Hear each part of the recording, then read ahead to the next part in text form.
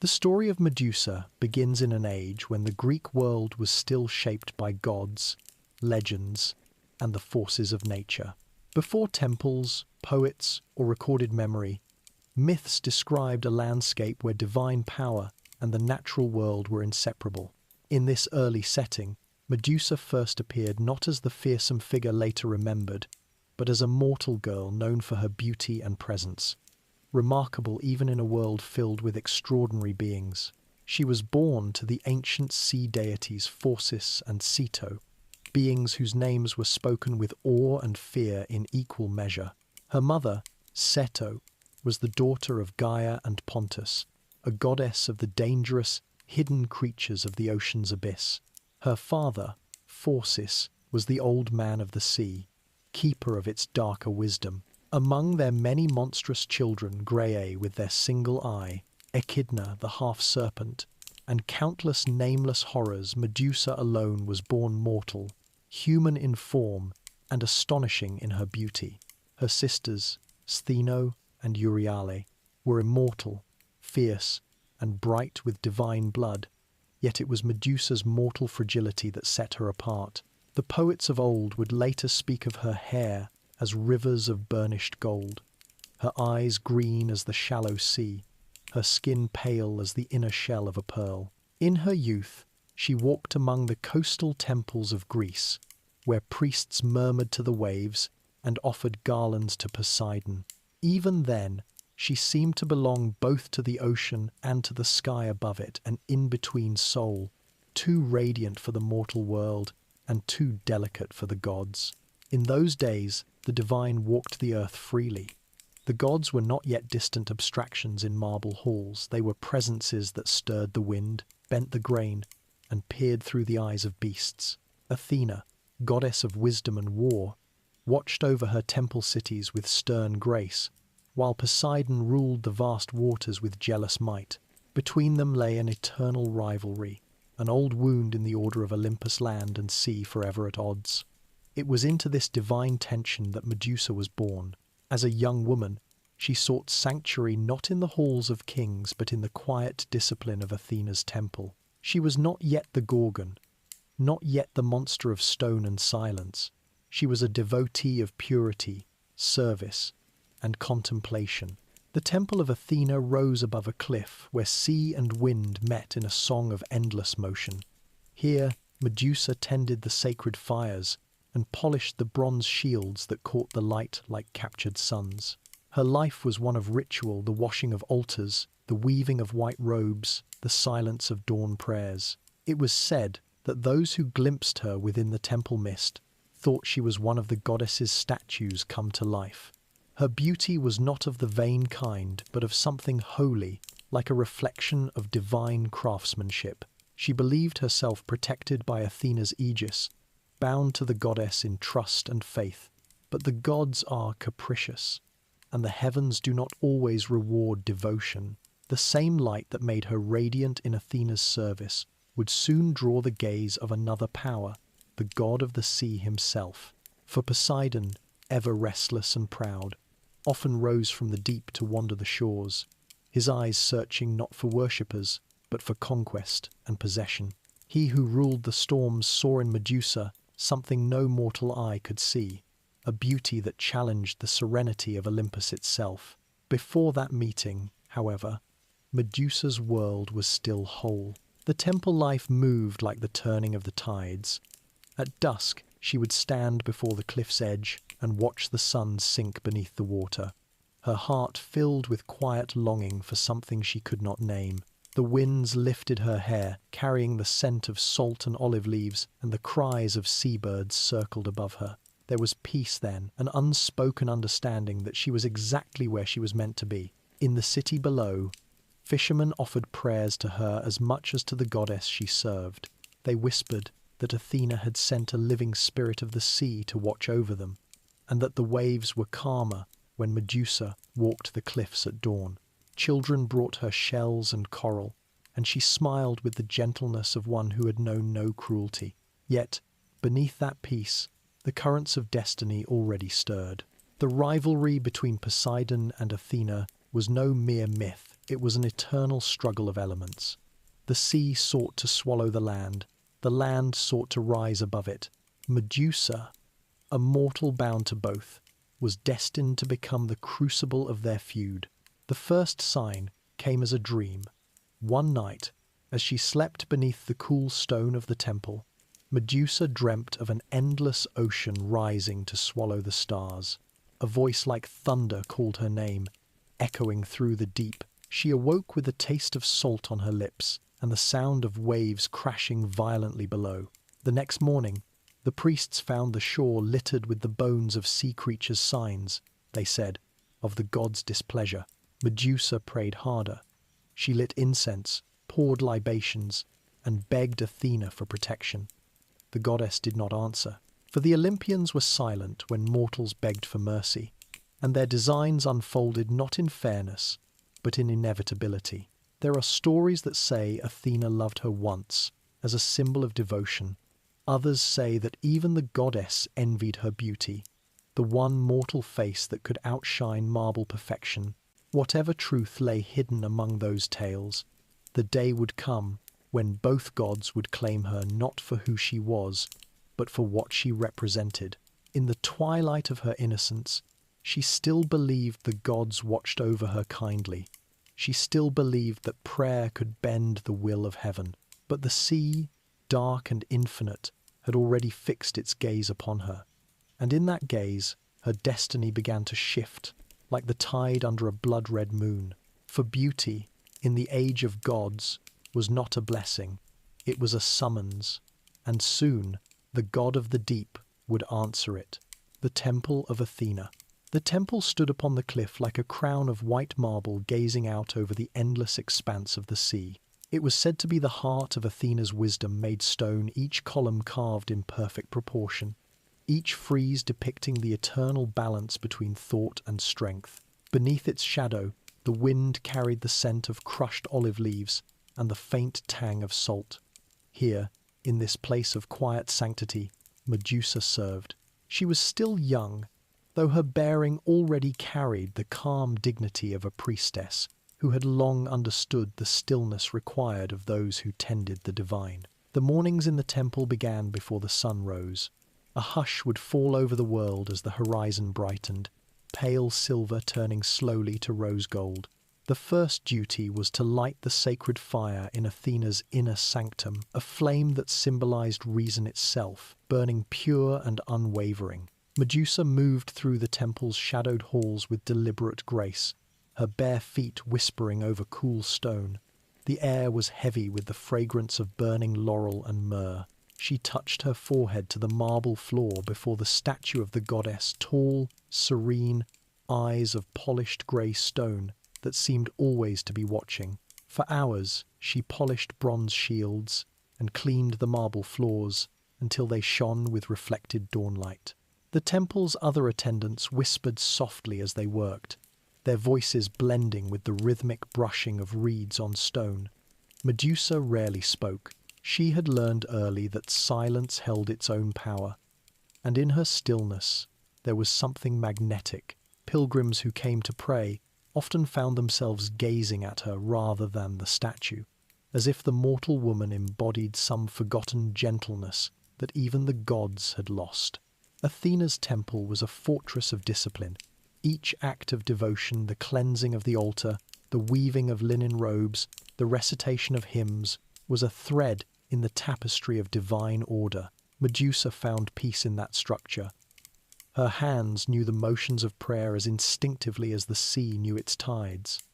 She had dedicated herself fully, vowing chastity, humility, and unwavering service. To be the vessel of a goddess's will was the highest calling she could imagine. Yet even in such hallowed places, the wind of mortal life carried whispers. Merchants who came to offer gifts to Athena spoke of wars between city-states, of jealous gods meddling in human fate, of tempests that tore ships apart at sea, and always there was the name of Poseidon murmured with awe and fear, the lord of the deep, the shaker of earth, whose moods could turn the calmest shore to ruin. When Medusa heard his name, something in her heart trembled. She could not say why. It was not desire, nor even fear, but an unease, as though some current beneath the surface of her life was pulling her toward unseen depths. As seasons passed, her beauty grew like light, gathering strength through the turning year. Her hair shimmered like sunlit water. Her eyes glowed with tranquil clarity. Painters came to the temple gates to sketch her silhouette. Poets wrote verses calling her the dawn of the Aegean. She dismissed such praise with modest laughter. But even the elder priestesses saw that her presence drew more worshippers than ever before. Athena's temple prospered, and some believed the goddess herself smiled through her chosen servant. But the gods are not generous with attention. When mortals shine too brightly, they draw the gaze of heaven, and heaven's gaze is not gentle. Poseidon had long envied Athena's dominion over wisdom and craft. Her temples lined every coast, while his altars, though numerous, were wild and unpredictable. The rivalry between sea and stone was as old as creation, and so, when the god of the sea heard mortal voices singing of the beautiful priestess in Athena's house, curiosity stirred in his vast heart. Medusa's days began to change. The sea below the cliff grew restless.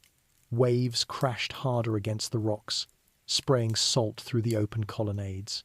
The gulls screamed as though warning her, and at night the roar of the surf grew like thunder under the moon. She began to dream again, not of peace, but of vast waters curling around her feet, of a presence rising from beneath the surface.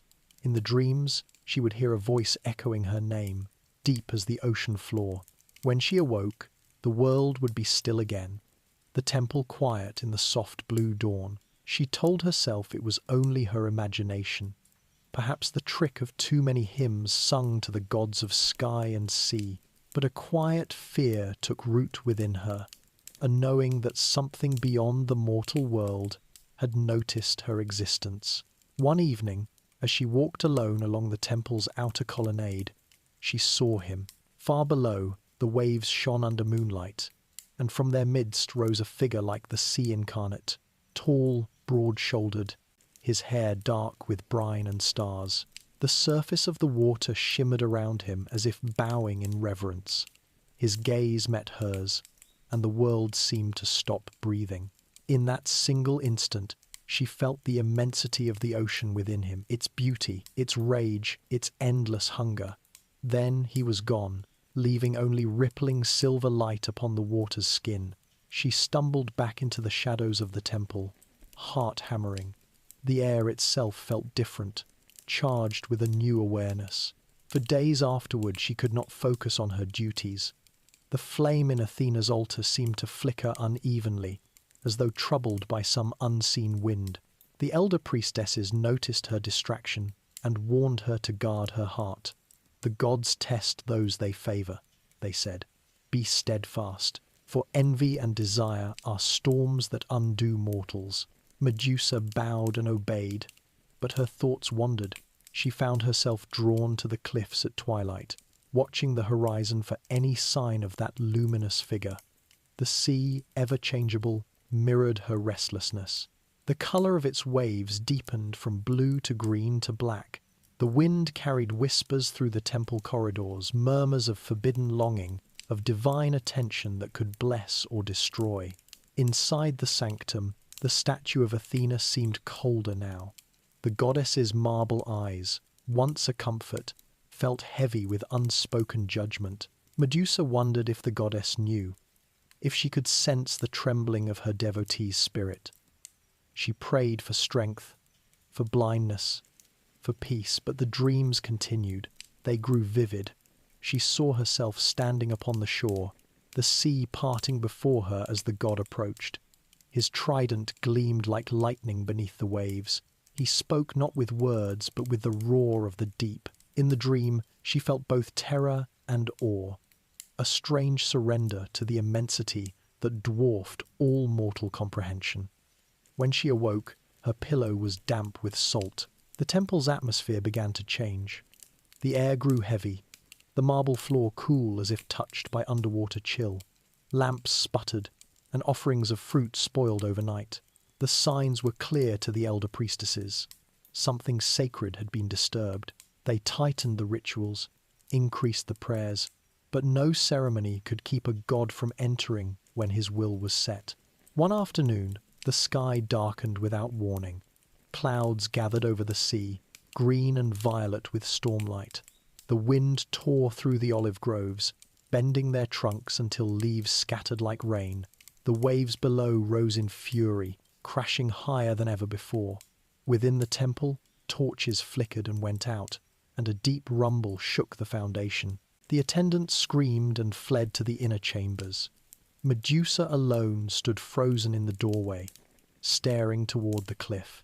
She could feel him there before she saw him, the god who ruled the depths, drawn to her beauty, defying the goddess whose house this was. The storm that followed would be spoken of in whispers for generations. Some said the sea itself climbed the cliff that night.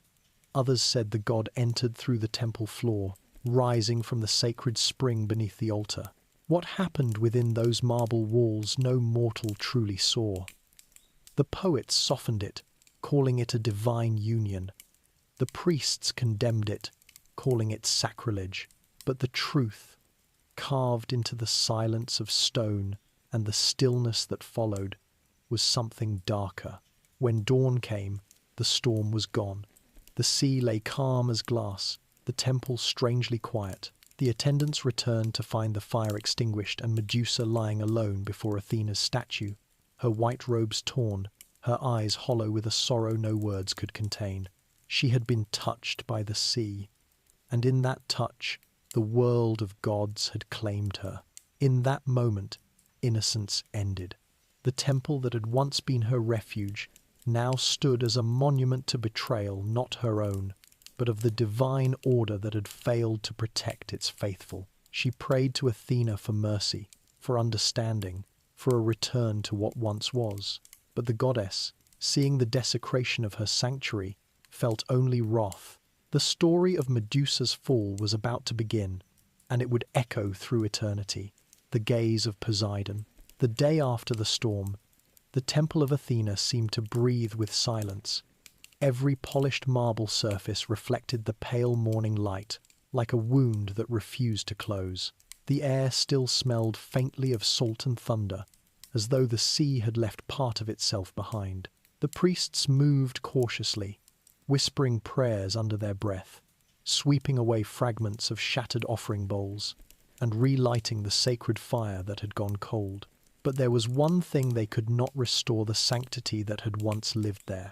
Medusa knelt alone before the statue of Athena, her hands trembling as she reached toward the goddess's feet. The statue's eyes of carved marble seemed to look past her, unyielding, unmoved. No divine voice spoke, no omen flickered in the flame, only silence, heavy and merciless. Her tears fell on the stone floor, darkening it like rain upon sand. She whispered apologies that dissolved in the still air. She did not know what sin she had committed, only that something sacred within her had been broken beyond repair. Outside, the sea was calm again, impossibly serene, as though mocking her grief. The waves lapped at the cliffs in rhythmic softness, pretending innocence. The sky above was a flawless blue, but to Medusa it looked empty, stripped of every comforting sign of the god's presence. She remembered the eyes that had looked into hers eyes, not of mortal warmth but of eternal depth. Poseidon, the god of the sea, had found her not with affection, but with the hunger of something vast and impersonal, a force of nature disguised in divine form. He had come to her in Athena's temple, shattering its sacred silence. The sea god's power had filled the marble hall like a rising tide, overwhelming her cries, her prayers, her faith. Later poets would tell it as a tale of desire, of seduction, of divine jealousy. But the truth was not passion. It was violation, the breaking of a mortal caught between the pride of gods. Athena's temple had been defiled, not by Medusa's will, but by the arrogance of Poseidon, who sought to stain what belonged to his rival. For days afterward, Medusa could not look upon the sea without trembling. The sight of its shining surface brought nausea and dread. The sound of waves striking the cliffs became a cruel rhythm in her ears, a reminder of her powerlessness. She withdrew deeper into the temple, wrapping herself in silence and shadows. The other priestesses watched her with fear, unsure whether she was still blessed or cursed. None dared approach her for long. At night, she dreamed of the sea god's gaze. She saw again the moment when the world tilted, when the marble walls blurred into a flood of light and water. She could feel his presence behind her, as immense as the ocean itself, swallowing her breath, drowning her prayers. She woke each morning with her pulse racing, her body cold with sweat. Yet something else was changing too, something she did not understand. When she looked into her own reflection in the polished bronze of the temple shields, her face seemed altered. Her eyes appeared darker, sharper, as if reflecting the deep green of the sea rather than the gentle grey they once were. Her hair shimmered with a restless life of its own. The other priestesses began to avert their eyes, whispering that the goddess's wrath was coming. The signs multiplied. Birds that once nested peacefully upon the temple's roof now fled shrieking. The olive trees near the cliff turned their leaves pale, as though poisoned by unseen wind. Offerings placed upon the altar spoiled in hours, fruit blackening, flowers withering. The statue of Athena, untouched for generations, began to crack along its base, a thin line that spread like lightning through marble flesh. The priests declared that the goddess's purity had been desecrated and demanded the one who had brought this curse be cast out. Medusa said nothing. She could not defend herself against the word of heaven. She had served Athena faithfully, and yet it was Athena's silence that condemned her more than any mortal accusation could. The goddess, who was supposed to be wisdom itself, offered no understanding, no compassion, no truth, only punishment. One evening, as the sun sank into the horizon, Medusa climbed to the temple's highest terrace. The sea glowed beneath her, molten gold turning to black as the light faded. Her hair whipped around her face, catching the dying sun. She whispered into the wind, asking the goddess for a sign, for any indication that her prayers still reached the heavens. But the only answer came from the sea.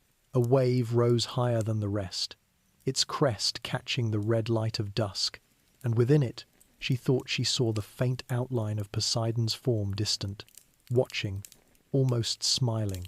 She stepped back, her breath caught between fear and defiance.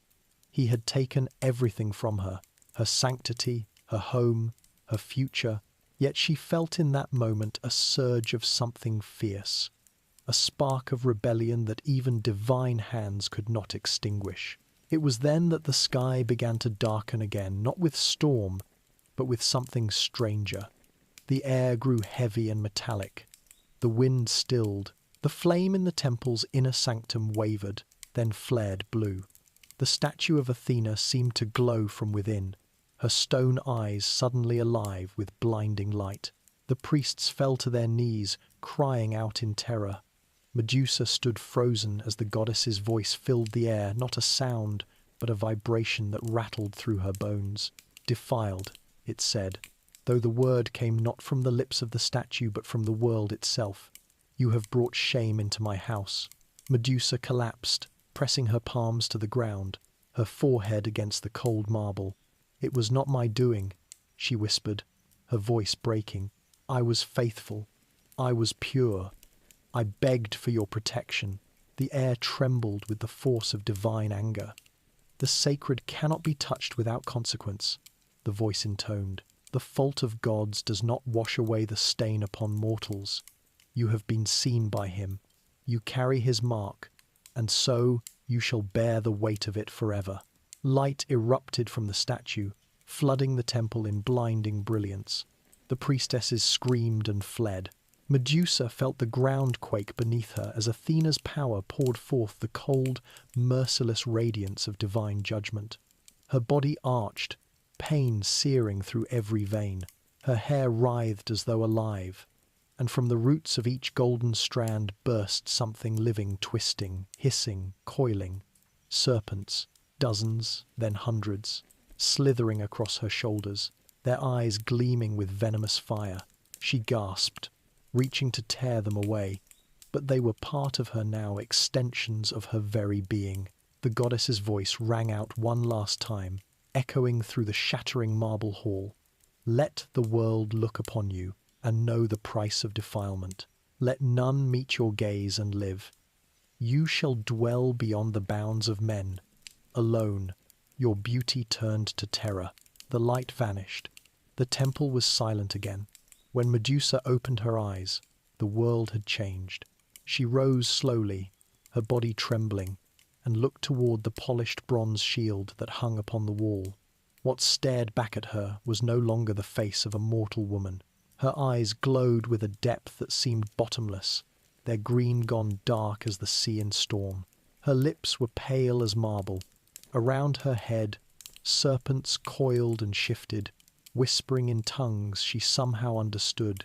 A scream tore from her throat, a sound that shattered the remaining lamps and sent cracks racing through the temple's pillars. The nearest priest, hearing her cry, rushed forward and froze mid-step. His body turned rigid, his flesh turning grey, his expression locked in horror. Within moments, he was stone. Medusa fell to her knees, horrified, her hands trembling as she stared at what she had done. The serpents hissed and tightened, their scales glinting in the dim light. She turned away, covering her eyes. But even her shadow seemed to carry danger. By nightfall, she fled the temple, stumbling down the cliff path toward the shore.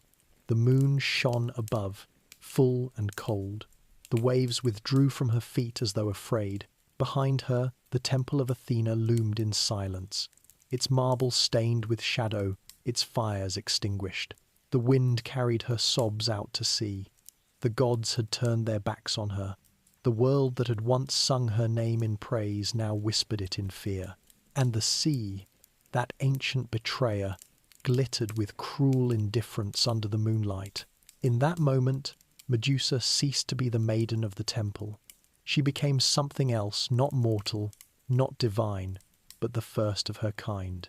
A being neither of the heavens nor of the earth, but of the space between, cursed by gods, feared by men, and haunted forever by the gaze of Poseidon. Athena's wrath unleashed. The night carried Medusa away from the temple like a tide that knew no return. Behind her, the cliff raised its pale brow to the empty stars, and the sanctum that had shaped her life stood like a husk abandoned by its own spirit. The marble, once a vessel for reason, had become a witness to catastrophe, and its silence pressed at her back as she descended into the groves below. The olive leaves shivered with a sound like rain. Though the sky was clear, every branch seemed to recoil from her passing, as if nature itself felt the weight of a new law laid upon the world. She had not asked for it, but the gods did not require the consent of those they remade. Her steps found a path worn by shepherds and fishermen, now empty in the moon's cold glow. At first she moved as a supplicant fleeing danger, hands raised to shield a face she no longer trusted. But soon the rhythm of flight became something more measured, like the measured beat of oars carrying a ship into unfamiliar waters. The serpents at her crown unsettled with their waking hunger and baffled curiosity, shifting and knotting as if testing the boundaries of their new host. They were not simply creatures attached to her. They were a chorus of instincts braided into her very being, reading the air and the ground and the tremors of distant life, with senses she could not name. With every soft hiss she learned, unwillingly, a new alphabet of the wild. She did not look at her hands. She did not look at the water pooled in ruts or at the polished bronze buckles on abandoned harnesses. A glimpse would be a death sentence for the world around her. As she passed a row of votive statues along the path, small stone figures set by pilgrims to ask protection for voyages, she felt the tense, cold alignment of their gazes turn toward her, as if stone could be made uneasy by something deeper than wind. She kept her own eyes lowered to the earth, and learned the art of surviving without the consolation of faces. The transformation, for which poets later supplied a single decisive moment, did not end in the flash of divine anger. It rippled forward in 1,000 finer changes, as subtle as the inward growth of a shell. Her breath grew colder, as though the world no longer warmed her with the generosity it offered mortals. Her hearing sharpened into layers, the rasp of beetles working under bark, the distant patter of a hare crossing fallen leaves, the aerial thread of an owl's wing. The smell of salt and myrrh that had clung to her robes thinned, replaced by a mineral tang, by damp limestone and iron, as if the earth beneath the cliff had chosen to claim her. Athena's wrath did not merely punish, it reorganized the rules around its target.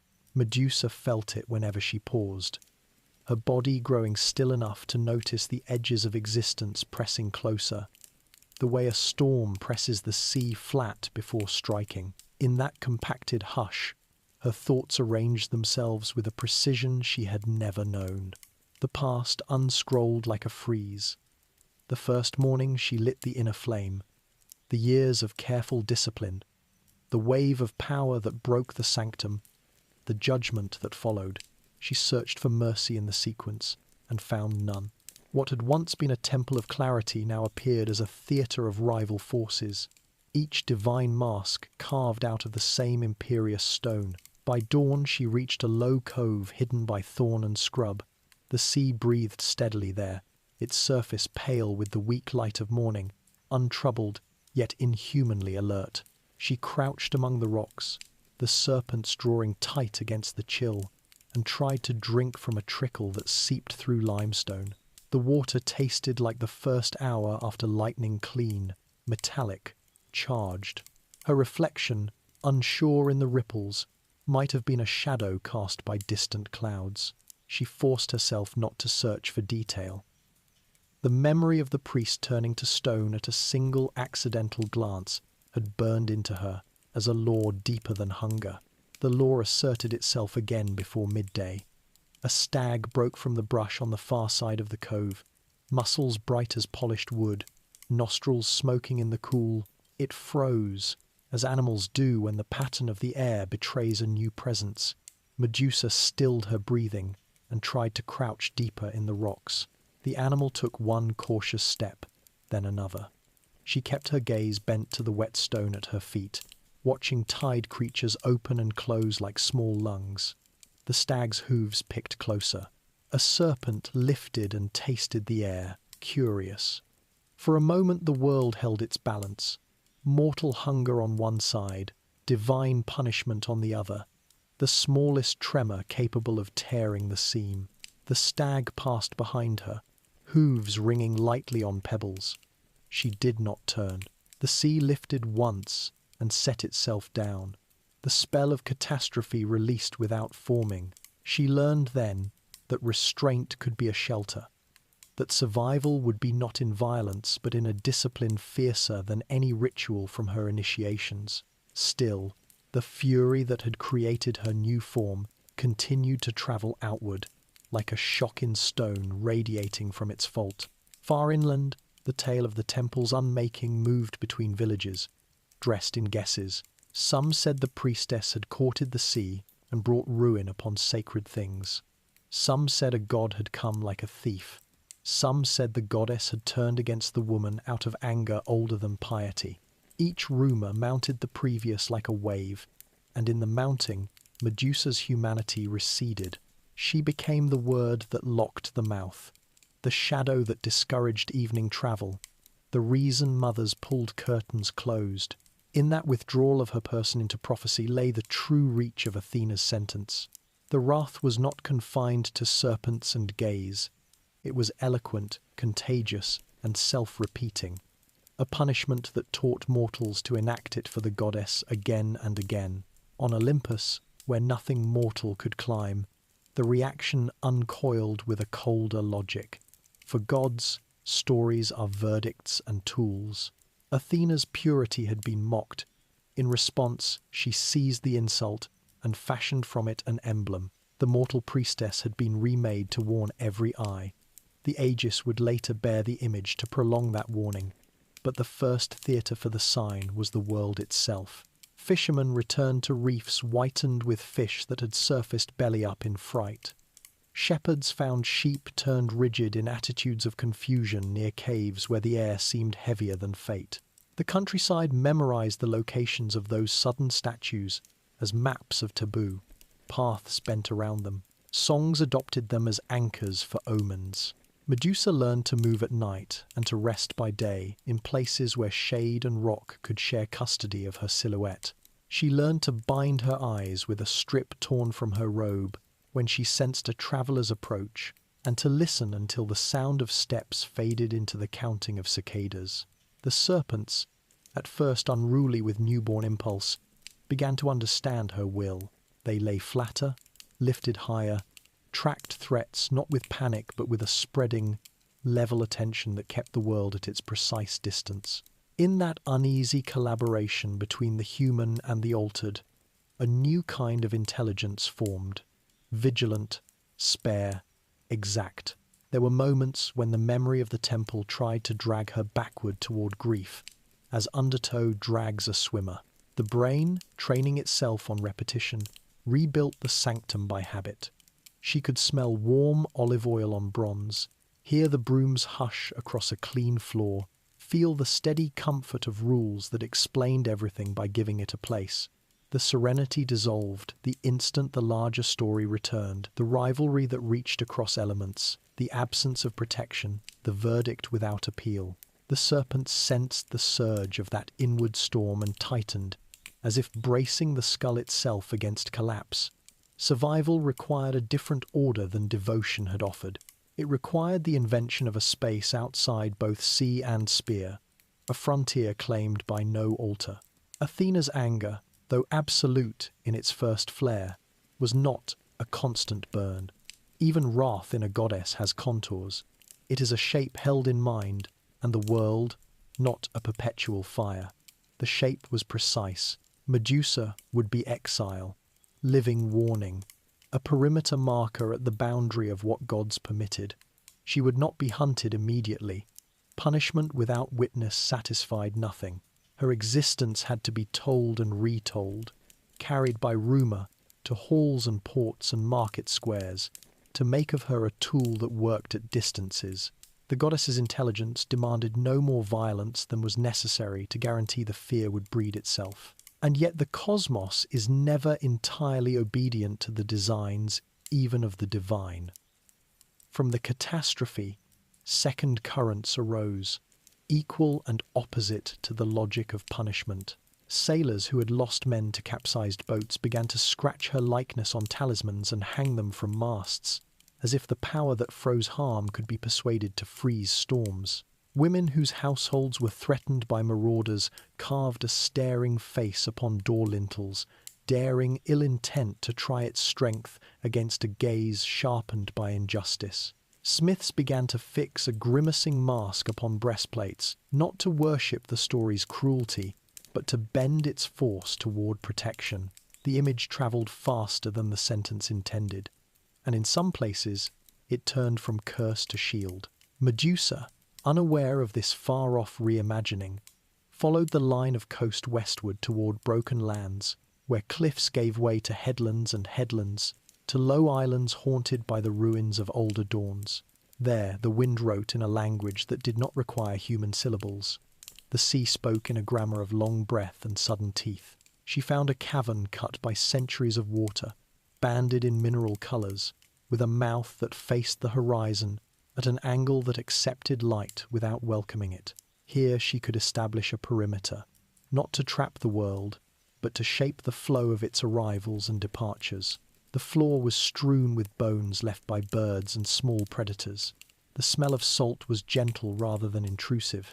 She felt the place recognize her as something it had been hollowing itself out to receive. Days arranged themselves upon a schedule that owed nothing to bells or rituals. She learned the slow arithmetic of tides, the timing of winds, the hours when lizards came to drink and beetles to work. She ate with the conscience of a being who has seen a temple unmade, sparingly, respectfully, in gratitude for what the shore yielded without terror. When hunger forced her toward larger prey, she closed her eyes and turned her face aside, letting touch and hearing guide the brief, necessary end. Stone sometimes followed as law demanded. Often, when she could hold her gaze, it did not. She noted the difference and built her ethic along the seams of possibility left within the curse. To think in that place was to think along ridges and across hollows. Her mind became topographical. The events that had wrecked her life arranged themselves into a landscape with heights of blinding certainty and valleys of layered ambiguity, where meaning pooled. She mapped the heights first, violation as a fact, silence as complicity, transformation as power misapplied. Then she ventured into the valleys, the measures of discipline that allowed an altered being to avoid further harm, the accidents of rumour that could teach mortals what gods did not intend, the undecidable territory where symbols shift allegiance from punishment to protection. Athena's wrath had been the hammer, time was the file, and Medusa, despite herself, was the artisan learning to shape the edges that remained. Sometimes seabirds wheeled low and landed on a flat ledge near the cave's mouth, unafraid as creatures sometimes are when they have never learned terror in a particular direction. Medusa kept her head bowed and listened to their small feet telephone their messages along the rock. In their presence, her breathing slowed, the serpents softened into loose braids. When the birds departed, the air felt cleaner, the cave larger, as if the world had acknowledged her without collapsing under her. In those hours, exile seemed not punishment but a new category, severe yet habitable, designed by no one, discovered by necessity. The aftermath of Athena's fury continued to carve other channels for itself. A city across the water commissioned a sculptor to set a monstrous face above the gate, a staring mask with curling locks stylized into snakes. Travellers passed beneath and felt braver. Enemies approached and felt watched by a power indifferent to petition. A queen, fearing a rival's revenge, ordered the same emblem etched into her signet ring. A potter experimented with the shape on a kylix, discovering that a staring face in the bowl's centre could discourage drunken bravado. Without knowing her name beyond rumour, the world explored uses for the very image that had been meant to isolate its bearer forever. The wrath that made a weapon also made, inadvertently, a language. From time to time, thunder gathered at the horizon, a bruise spreading through the sky. When it did, Medusa felt the architecture of her body answer with an old memory of marble dread. The serpents tightened, and the cave became a sanctum not unlike the inner chamber she had once tended, dark, exact, capable of holding a flame without smoke. She found that anger arrived now not as shattering heat, but as a hard clarity, a refusal to forget the terms of what had been done. The clarity did not require audience. It was a solitary vow, kept between her altered breath and the stone that accepted it. She had become what Athena's judgment named her, and yet the name did not finish the story. It could not contain the quiet with which she drank at dawn, the care with which she stepped around a patch of sea-pink flowers on the headland, the patience with which she let an unseen traveller pass while the wind rehearsed a conversation with the grass. She was the Gorgon, and she was the woman who had once polished shields until they caught the morning. Between those truths was a corridor, long and difficult, where a person learned to live after being changed by forces that desired only her example, not her survival. In that corridor, wrath divine or otherwise lost some of its spectacle and revealed its mechanics. Break, brand, broadcast. She could not unbreak the past. She could, by unadvertised labour, resist the rest. The world outside her cove never stopped talking. Stories shortened themselves for travel, and in the shortening, they sharpened. The priestess became a monster by the time the tale reached the third island. The violation became consent. The transformation became a deserved fate that encouraged listeners to praise the goddess's severity. These revisions carried comfort to those who swallowed them. They offered a version of reality in which authority could not be wrong. The comfort had a price that Medusa paid alone. But the very efficiency of those stories made room at their edges for other, quieter strands, the talisman, the gate mask, the signet proof that even the simplest cruelty, cannot prevent the world's appetite for meanings that protect life. Athena's wrath had unleashed a force whose path could not be fully scripted from Olympus. The goddess had taken a mortal's beauty and refashioned it into a weapon that punished looking itself. Yet the cosmos, with its patient talent for drift and echo, had begun to redirect the blade's edge. In distant workshops, apprentices practiced incising scaled locks onto clay. On soldiers' arms, leatherworkers stamped a small, fierce face that seemed to stare not at victims, but at the danger that hunted them. None of this absolved the origin. None of it excused the cruelty, but it proved that power, once released, moves through the world like weather, and weather, given time, finds valleys unimagined by the storm's first design. Within the cave, Medusa listened to the sea and taught the serpents to rest. She mapped the line where shadow meets light at midday on the floor, learned the small calendars kept by barnacles, read the moon as one reads a shrewd ally. The wrath that had remade her could not be unwritten, but it could be bracketed by practices of attention so exact they approached the sacred. If there remained anything of the old temple in her, it lived now in this devotion to limits. The vow to fix her gaze on the ground when footsteps approached, the promise to turn aside from any water that might hold her face, the discipline of letting animals pass with life intact whenever life would allow it. Beyond the horizon, strategies gathered in halls where bronze sang and prophecy murmured.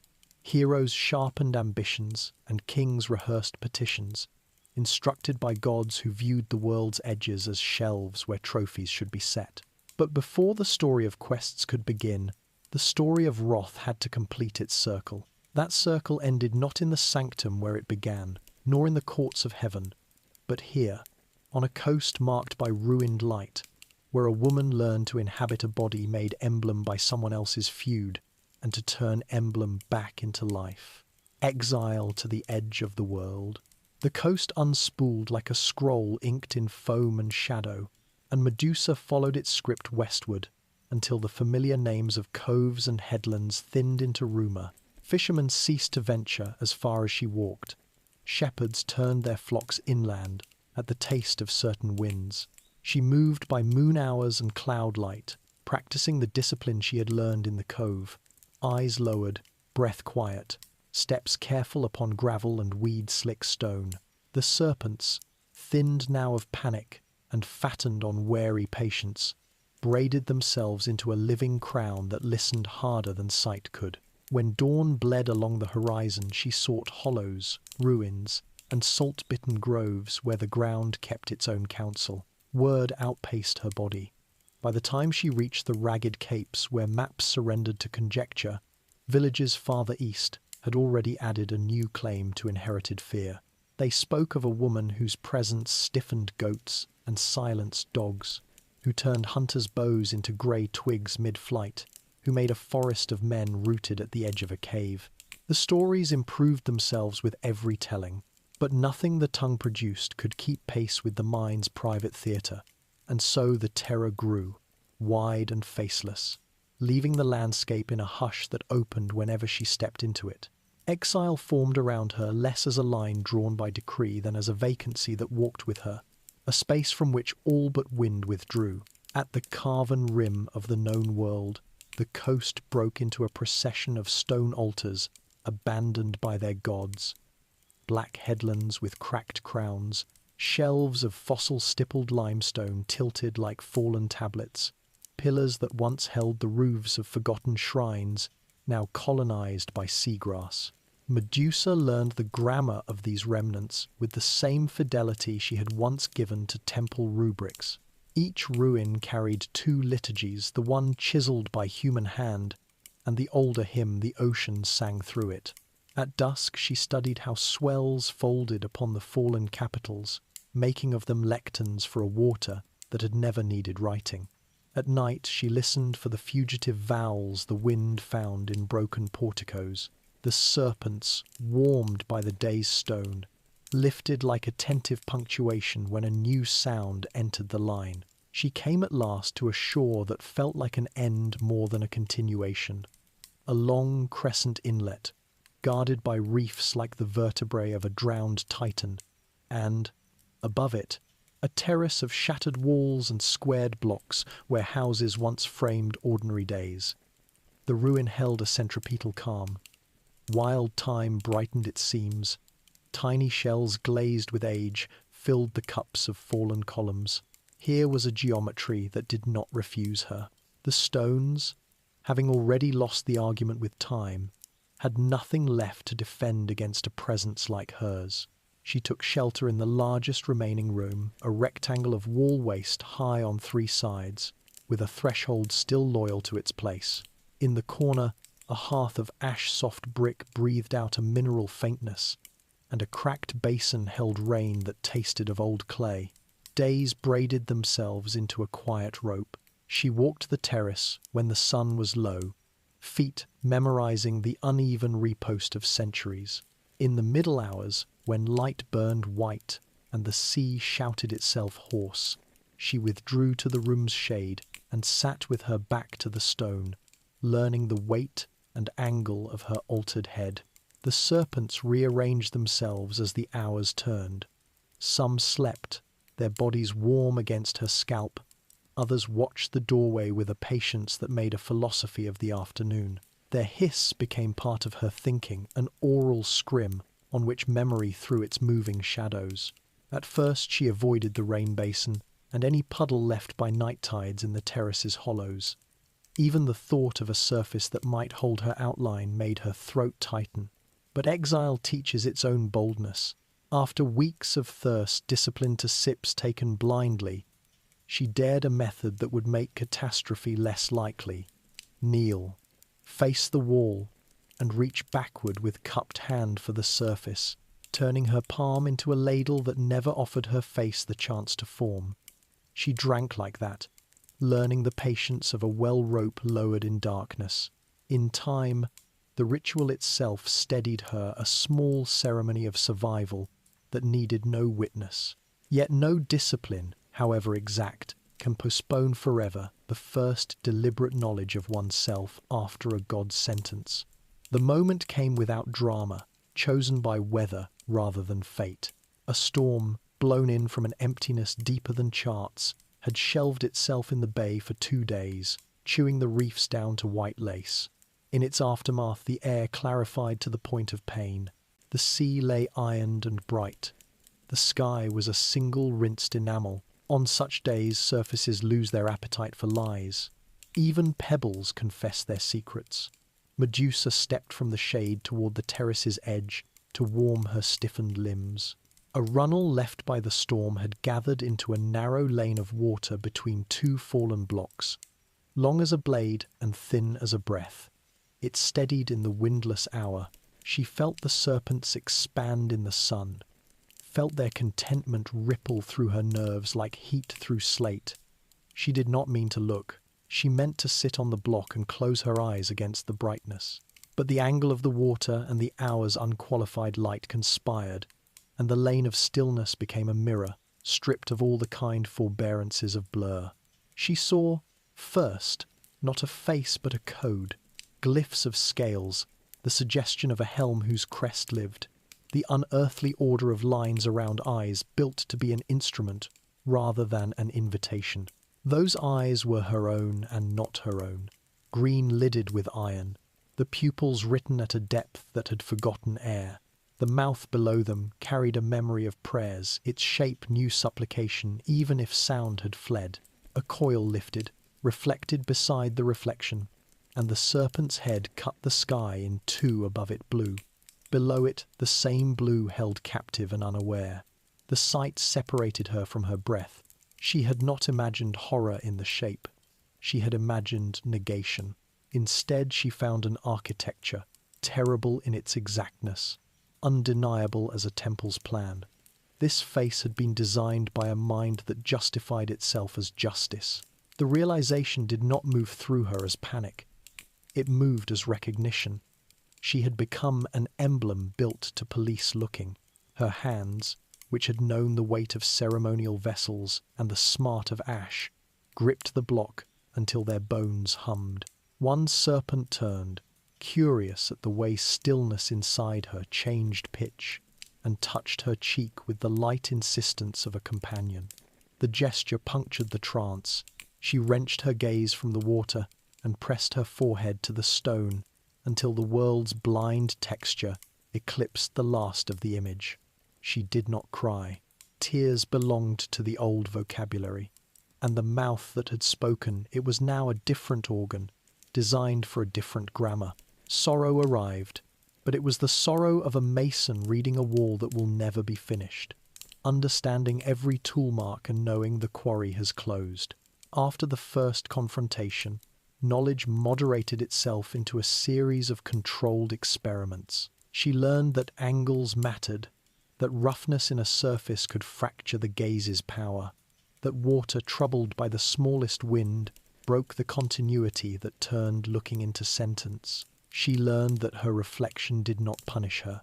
Athena had not built a trap that would fold back on its victim, but that clarity itself was a hazard, that the world was safer when images refused to be perfect.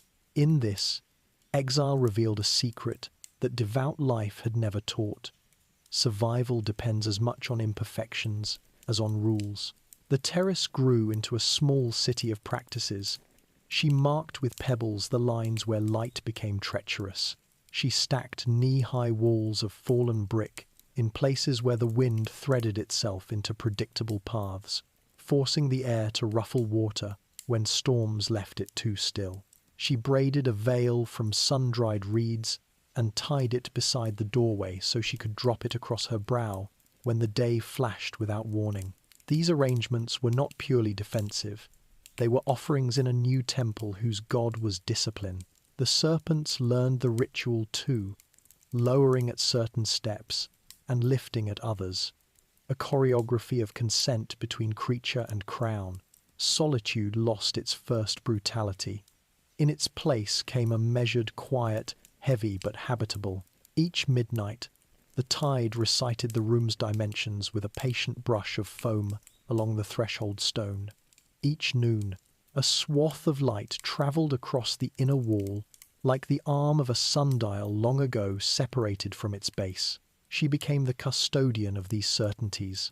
They did not forgive, but they did not accuse. Nothing in the ruin asked her to explain the origin of her shape. Nothing in the ruin refused her presence. Other lives populated the periphery. A fox claimed a den under the stair of a collapsed house and watched her from the comfort that comes when predators understand the map of a neighbour's strange power. Crabs rehearsed their metronomes among the damp stones. Swallows stitched loops of blue thread from cliff to arch and back. Once, a dark fin cleaved the sheen beyond the reefs, an ink stroke that wrote and withdrew the name of what could not be land. These presences placed her within a community of breath, where speech was unnecessary and consequence kept its own ledger. Sometimes the past walked in with the wind, in the long golden hour before dusk, when the ruin felt briefly newly built. She sensed the echo of feet on stair and the hum of a clay amphora against a hip. A child's laugh born somewhere centuries away arrived at the edge of hearing and broke like a small wave. These hauntings were not cruel. They were evidence that places continue their lives even when their people are gone.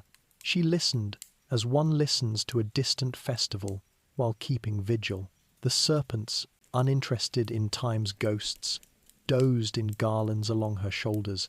News, when it came as objects. A cracked kylix washed ashore, its interior face still faintly painted with the staring mask that sailors had begun to trust.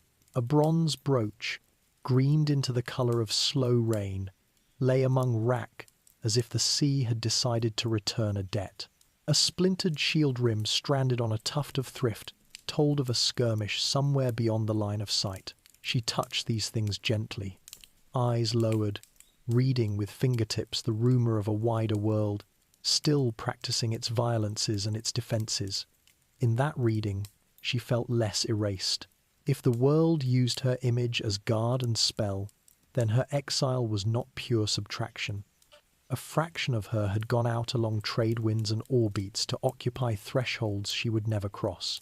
On a night when the moon rose late and thin, she walked to the terrace's highest point and sat with the sea below like a vast animal asleep. The wind combed the serpents into matched arcs. Their contentment pulsed. She thought of the temple's hymns verses that praised the goddess for a balance of mind and spear.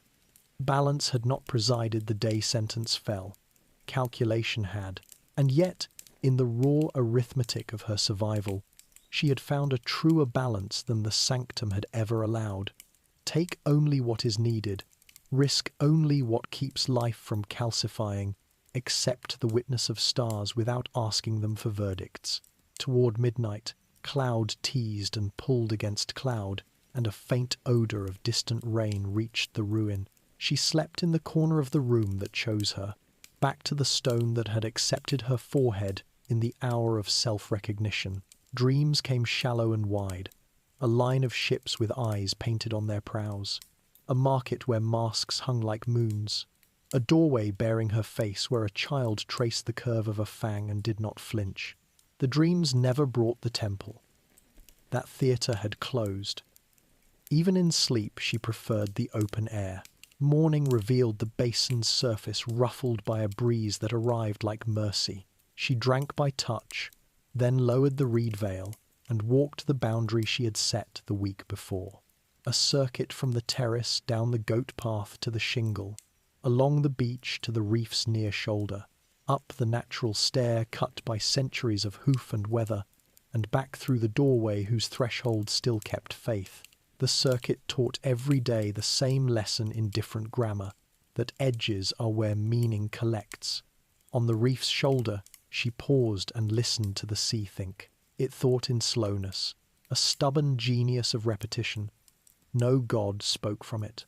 The ocean was what it had always been, power, uninterested in petitions, beauty that required distance. On the far horizon, where air and water braided themselves into brightness, the edge of the world radiated its rumour. Gardens of sunset, where sleepless sisters kept impossible apples. Mountains whose snow remembered the first word spoken to rock. Islands that moved like whales, and whales that stood like islands when the moon persuaded them of strange ideas. She would not go there. Exile is not a pilgrimage. It is a circumference that holds. But the rumour of elsewhere sweetened the day, not as promise but as acknowledgement that even a boundary belongs to a larger shape. She returned to the room and sat upon the floor worn by other bodies, other plans. The serpents tucked themselves into soft brackets. She wrapped the veil around her brow and allowed herself a single glance at the lane of water between the fallen blocks. Wind spoiled the surface. Her outline refused to assemble. She felt gratitude for that imperfection, a devoutness toward flaw she could never have imagined in the age of polished bronze. Then she looked away, closed her eyes, and listened until the ruin's voice, stone, weed, distance became the only chorus. Here, at the last terrace before legend, she was not forgiven, not redeemed, not restored to the person who had set the inner fire each dawn. The world did not perform that kind of magic, but she was not annihilated either. Exile had brought her to a place where life could be made of edges, habits, and the smallest courtesies extended to one's own terror. Among stones that had already learned the art of falling and continuing, she learned the art of living without appeal. Her first clear sight of what she had become stood behind her, now, like a door balanced on its hinges but gently closed. Ahead stretched days that asked nothing but attention. The ocean kept its distance, and she kept hers. Between those distances, a life gathered, the awakening of the Gorgon. Dawn broke in slow silver bands across the edge of the sea, and Medusa woke beneath their glow. Hearing the serpents breathe, they shifted against one another softly, a living crown murmuring in a language of scales and breath. For the first time, fear no longer owned her mornings. What remained was something steadier, a study, a patience, a resolve to live in the shape the gods had forced upon her. Her days became lessons written in wind and stone. She learned balance first. The serpents altered how she stood and moved, demanding precision. When she climbed the terrace steps, she inclined her head just enough to steady them, a new posture that turned accident into art. The serpents responded to air and vibration. Through them, she could feel the rhythm of insects beneath rock, the pulse of waves against reef, even the heartbeat of distant creatures hidden by dusk. Their senses became her own, and her awareness widened like the sea itself. Each morning, she rehearsed movements until they became ritual. She practiced drawing the serpents close when the world pressed too near, then letting them uncoil when the day softened. She learned to soothe them with the touch of her fingers along their scaled necks, teaching them calm the way one teaches flame to yield to a wick. In return, they guided her a chorus of intuition replacing the voice of any god. The gaze demanded harsher discipline. She had already learned the mercy of imperfection, how rough surfaces, broken light, and blurred reflections could save a life. Now she explored thresholds. At what distance did danger begin? At what point could she look and not destroy? One dusk, a wild boar wandered down from the hills, its hide glistening with mud and rage. It charged, and instinct turned her head. The serpents rose. Their hiss carried an invisible cord through the air. The creature froze mid-stride, its final breath trapped inside stone lungs. Medusa approached, trembling, and laid her hand against the statue's flank. The warmth fading beneath her palm told her everything. It was not a victory, it was a law. She whispered a promise to the air. She would wield the curse with care, as little as the world allowed. Days passed, each marked by a new experiment in restraint. She found that the smallest tilt of her head could determine life or death. She discovered that twilight, when light softened, dulled her power slightly, a mercy granted by the hour itself. She used that time to gather food and tend her ruin. The serpents learned her rhythms, each with its own mind. One, marked with a streak of pale gold, loved sunlight and often rested on her shoulder, eyes half-lidded like a cat. Another coiled protectively near her throat, alert to every sound. They argued in hisses but always reconciled, returning to rest as a single living crown. Through them, she regained something that resembled companionship. Together, they built language without words. A lift of scales meant warning. A soft ripple meant calm. Her touch became reply. One stroke for stillness, two for trust. Between them, an understanding deeper than speech formed a pact of coexistence. Hunger, too, taught her tenderness. She no longer hunted recklessly. Limpets, shellfish, and herbs sustained her. When larger prey strayed too close, she took only what necessity demanded. Each kill was honored with silence. The remains she carried far from her home so that scavengers would not die for her existence. Every act became deliberate, measured, a kind of prayer shaped from survival. Seasons turned. Summer pressed heat into stone. Winter curled its fingers around her bones. She learned how cold slowed her power and how warmth woke it. Rain softened her scales, making the serpents sigh in pleasure. She marked these changes as a scholar records phases of the moon, translating them into rules that would let her endure. From time to time, she heard echoes of human voices, fishermen's songs, travelers' laughter, but none came close. Fear of the Gorgon had spread faster than truth. Yet one evening, a boy approached the beach, trembling, a basket clasped in both hands. He left it at the water's edge and fled. Inside, Medusa found figs, a clay cup, and a small carved mask with her likeness. Its fangs softened into something almost kind. She placed the mask above her hearth, unsure whether it was tribute or apology. It became both. Not all visitors were harmless. Once, a band of thieves sought shelter from a storm, their torches flaring in the rain. They saw the glow from her ruin and entered laughing. Calling out to whatever spirit lived within, she stood in shadow, the serpent silent until a blade flashed toward her. She raised her head slightly, and the laughter turned to stone. When the storm cleared, The ruin held new statues' figures, caught between arrogance and fear. She turned away, her heart heavy, and walked the shoreline until dawn washed the horror clean. The sea took them in time, grinding their shapes back into dust. That night, she understood that her curse was not chaos, it was consequence. The gods had made her instrument and warning, but she could choose how that power breathed. She began to craft her life as one crafts a fragile flame, guarding, shaping, refusing to let it consume more than it must. Rumors continued across the world beyond her reef. Poets told of her monstrous beauty, priests told of divine punishment, but others began to wear her image as protection. Sailors painted her face upon their ships to ward off storms.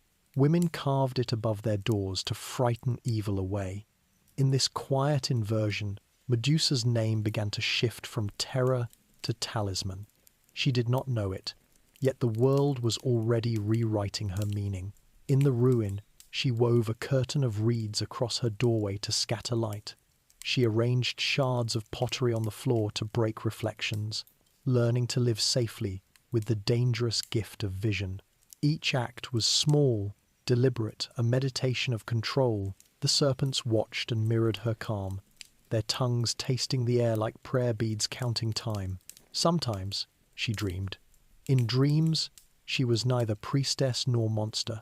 She was simply a woman standing beside the sea, her reflection rippling harmlessly in the tide. The gods were gone, their tempests forgotten, and the world was quiet enough to breathe again.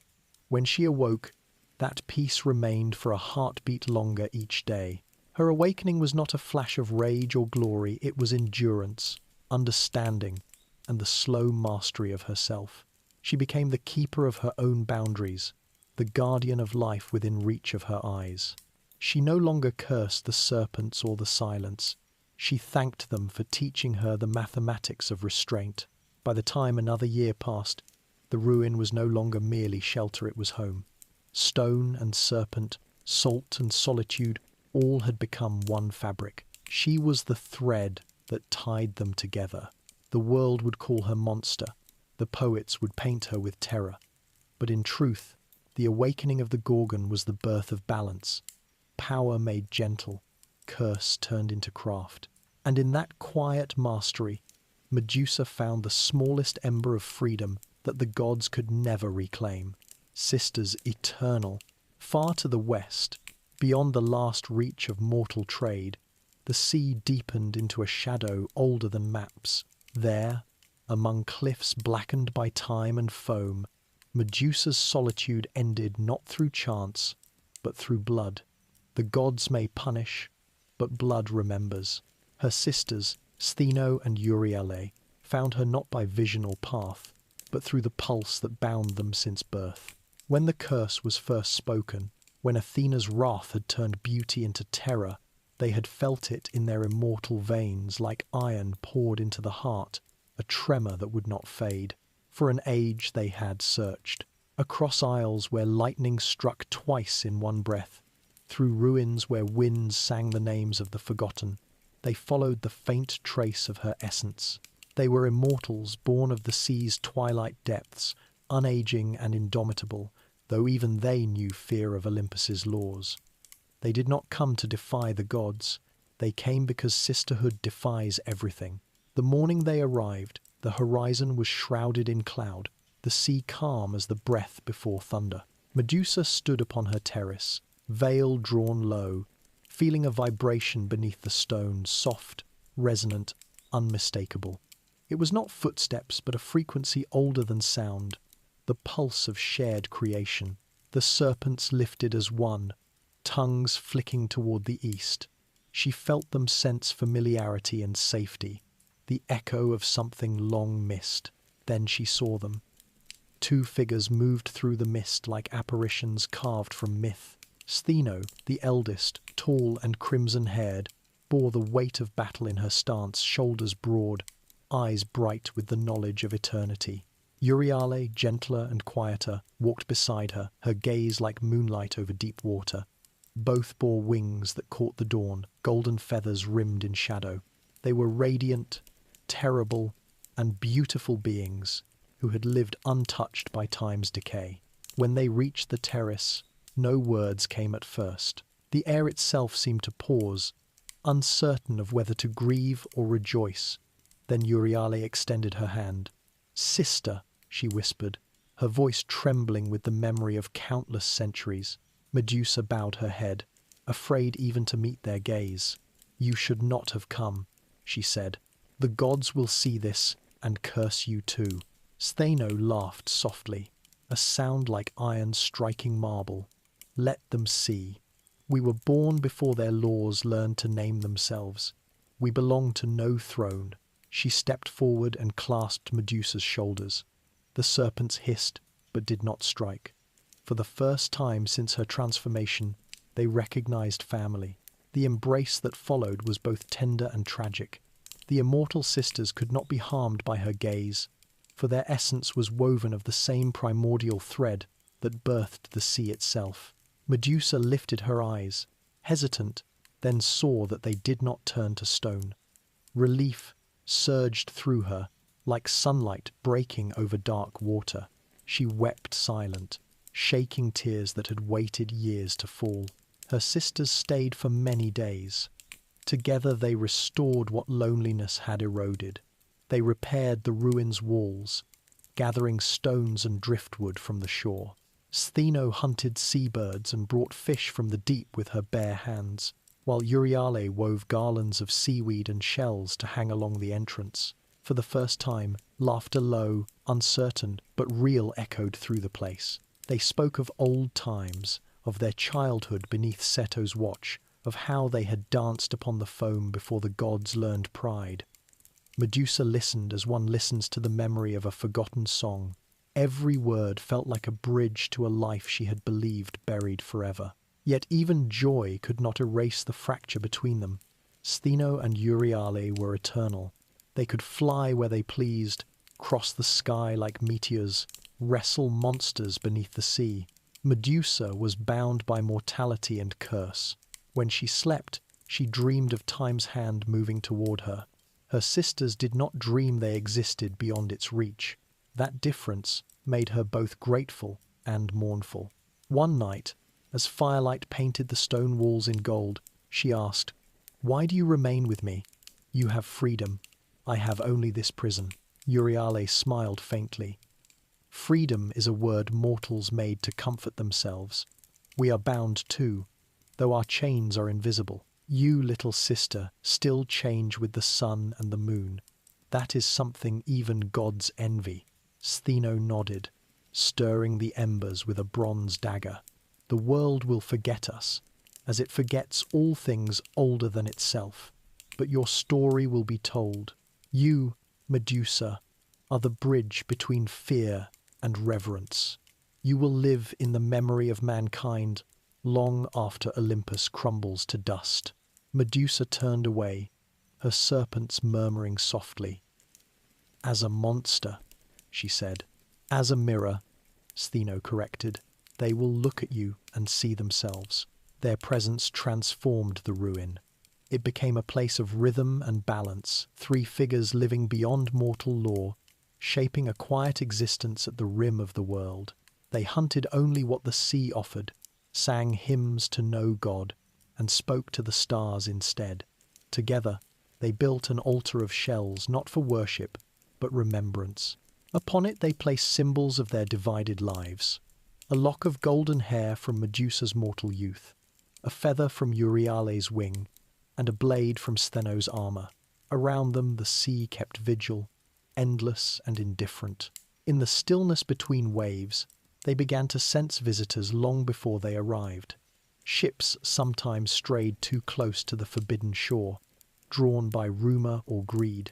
None survived, though not by malice. The sailors would glimpse a shimmer of serpents beneath moonlight and leap overboard in terror. The sisters would find their boats empty, the sea returning them to oblivion. At times, they mourned those who came to kill.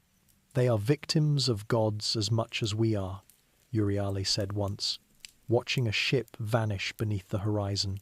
"Their songs tell them that conquering the unknown brings honor. They do not see that the unknown is what keeps the world alive. Medusa agreed but said nothing. She could not forget the faces that turned to stone, the shock, the instant comprehension before silence claimed them. She did not glory in it. It was simply the weight she bore. And yet, in the safety of her sister's presence, she began to soften again, to see beyond punishment into understanding. One evening, Stheno returned from a flight high above the western cliffs. "Mortals are spreading your name again," she said, setting down a net of fish. "They paint your face on shields, carve your eyes into gates. Athena's wrath has become their protection." Medusa looked out at the sea, her voice quiet. "So they have taken my suffering and made it a charm." Uriel placed a hand on her shoulder. "Perhaps they sense what the gods refuse to see, that your power need not be evil. Even a curse can guard if used with care." It was true. Across the ancient world, her likeness had begun to appear as symbol rather than threat. On temples, in armor, on coins, her petrifying gaze became an emblem of warding, not destruction. Athena herself, unable to escape the paradox she had created, would soon fix the image of the Gorgon upon her aegis shield, turning the punished into protector. But that tale still lay ahead.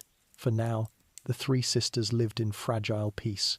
They shared the same sea, the same stars, the same wound from which their strength grew. When storms rolled in, they stood together at the cliff's edge, their hair and wings whipping in the wind, their eyes unflinching before the fury of heaven. They had learned that storms, like gods, lose power when met without fear. The seasons layered themselves like sediment time within time. Flowers rooted in cracks where tears had fallen. Birds built nests in the crevices of old stone. The ruin bloomed around them, as if life itself sought to balance divine cruelty. But immortality has its price. Stheno and Euryale, untouched by aging, watched their mortal sisters' slow changes. Though Medusa's curse granted unnatural endurance, her heart still beat with time's rhythm. Her voice deepened, her movements slowed. The serpents grew larger, wiser. She remained beautiful in a way that terrified the air itself, eternal and ephemeral all at once. One night, under a sky heavy with stars, Euryale said quietly, "You will die, sister, but your death will not end you. What we are cannot vanish, it only changes shape." Medusa looked into the distance, where the sea merged with darkness. "Then promise me this," she said. "When the end comes, do not avenge me. Let the world learn from my silence." Stheno's eyes blazed with fury. "Silence teaches nothing. The gods must answer for this." "They already have," Medusa replied. "Look around you. I live. That is defiance enough." The wind carried their words into the night, scattering them like salt. None spoke again for a long while. The sisters stood side by side, wings and serpents moving in the same rhythm, watching constellations wheel above the sea. They knew, without saying, that this fragile unity would not last. Fate was already moving, weaving a new story beyond the horizon, a tale of a young hero armed with divine tools, sent by Athena herself. But before that confrontation, there was peace, deep and honest, carved into the quiet between waves. In that stillness, Medusa found what no god could give: belonging without worship, love without condition, and dignity in her own shadow.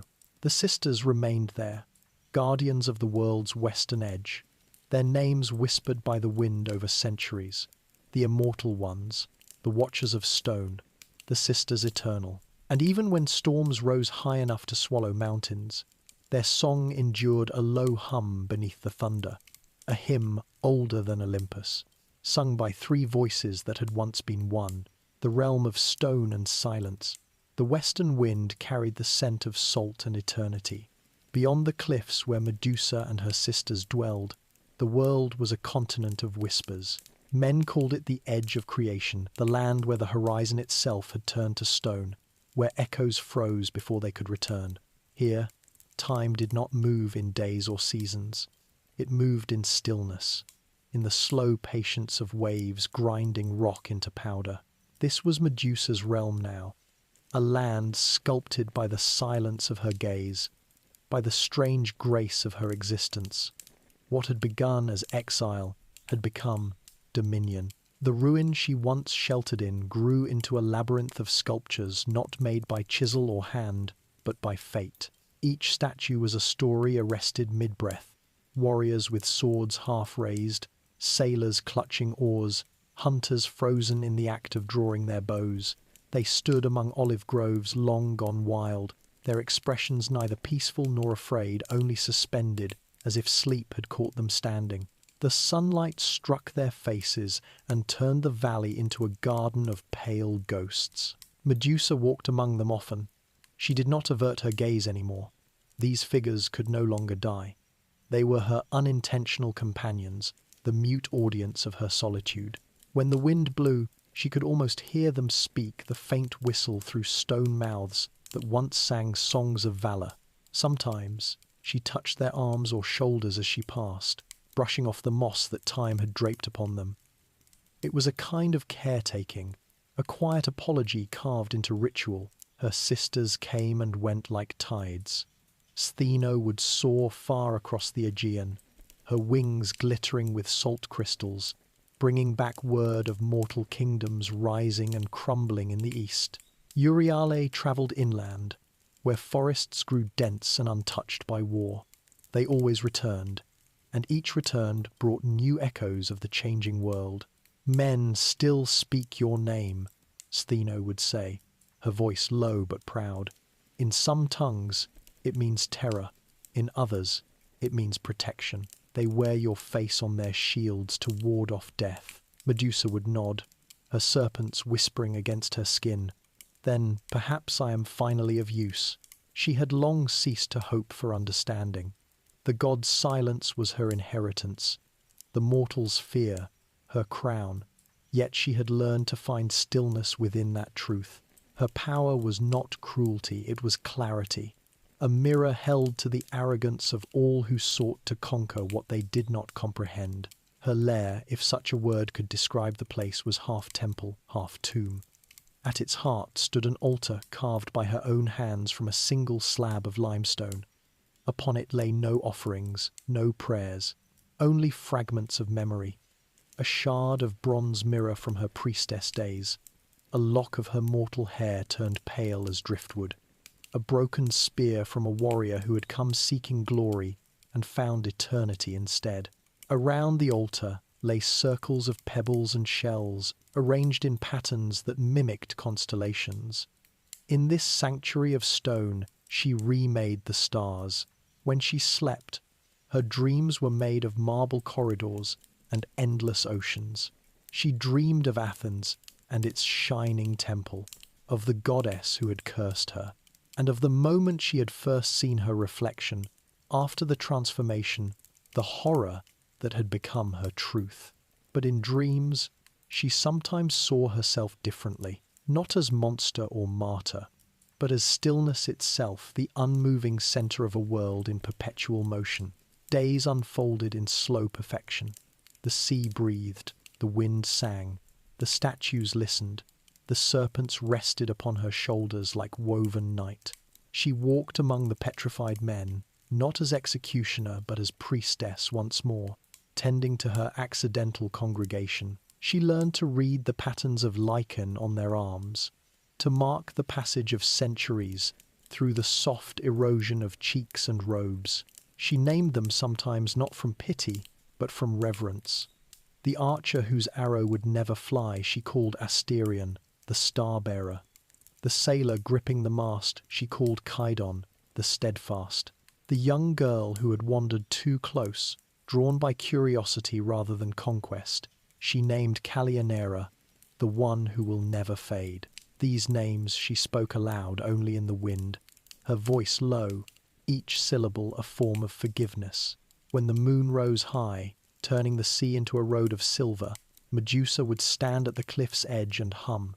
Her voice, deep and resonant, travelled over the waves like a forgotten hymn. It was not song but memory given breath. Even the serpents grew quiet when she sang. The world seemed to lean closer to listen. Far away, sailors claimed that on windless nights they heard that sound, a melody carried by tides, neither human nor divine, that made their hearts ache without knowing why.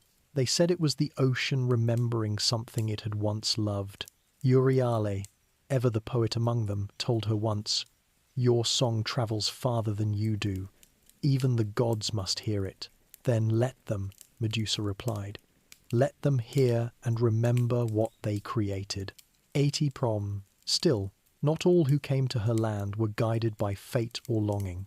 Greed has no horizon. Word of her power, distorted and magnified, drew the desperate and the proud. Some sought to slay her, others to steal from her the secret of her gaze. They came armed with bronze and prayer, each certain that their courage or cunning would save them. None succeeded. They entered her realm and found silence, waiting silence that seeped into their bones, that made the air heavy and the heart slow. Some turned to stone instantly, their final expressions captured in grim disbelief. Others fled before she even appeared, overcome by the realization that no glory awaited in a land where beauty itself had turned to judgment. Yet there were moments when pity still lived in her. Once, a young soldier stumbled upon her domain, wounded and lost. He carried no weapon, only a small bronze charm bearing Athena's symbol. Medusa found him lying near a fallen column, his breath shallow, his eyes clouded with fever. She approached silently, the serpents whispering caution. He looked up, delirious, and in that moment she turned her face aside. "Do not look at me," she said, her voice like wind through stone. The soldier, too weak to obey, whispered, "Are you the goddess?"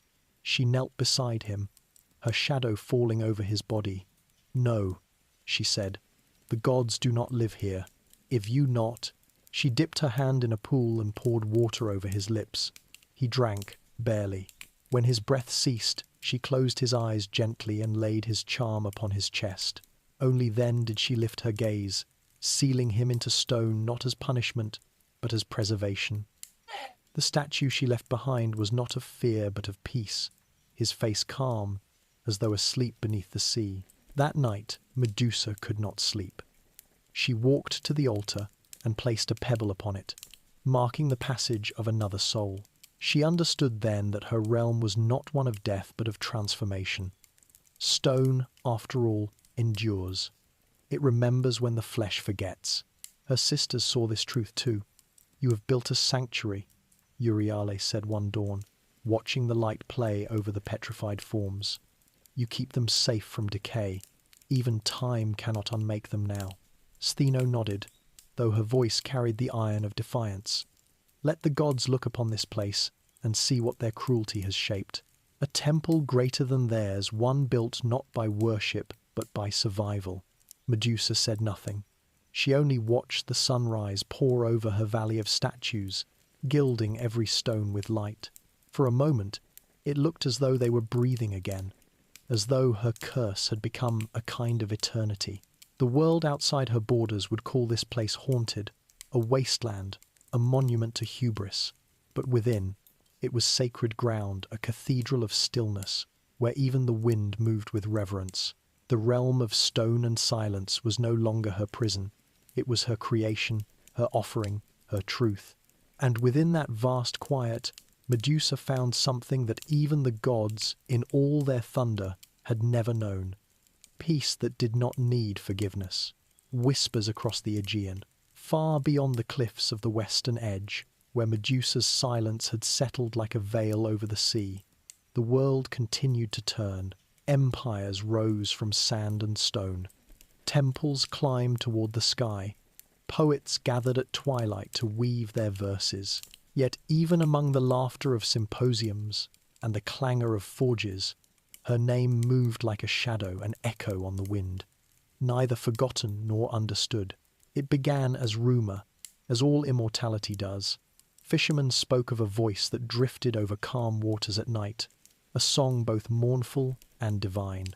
They said it came from the western horizon, where no man dared to sail, and that the sea itself grew still to listen.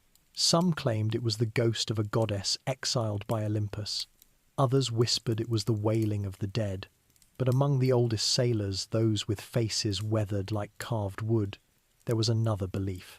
She is not dead, they said, drawing protective symbols on their decks. She lives where the waves meet the end of the world. She guards it. Lend. Thus began the slow transformation of Medusa's legend from blasphemy to myth, from myth to symbol. What the gods had cast out, men began to remember, reshape, and revere. The first stories that reached the Aegean ports were tales of fear. They called her the shadow of Athena, the one whose gaze turned the proud to monuments. Mariners spoke of seeing the glint of her serpents beneath moonlight, and of hearing the sound of her breath in the wind. Those who vanished at sea were said to have angered her spirit. Those who returned from storms unscathed gave thanks to her instead of the gods. Fear, as ever, was the beginning of worship. In the markets of Corinth, traders carved her face upon amulets to ward off the evil eye. In Rhodes, bronze smiths pressed her likeness into the round shields of hoplites. And in Athens, the city that had once belonged to her destroyer, the artisans painted her upon vases, her eyes wide and defiant, her mouth open in eternal cry. They called it the Gorgonion, and they hung it over doorways, on armor, on temples.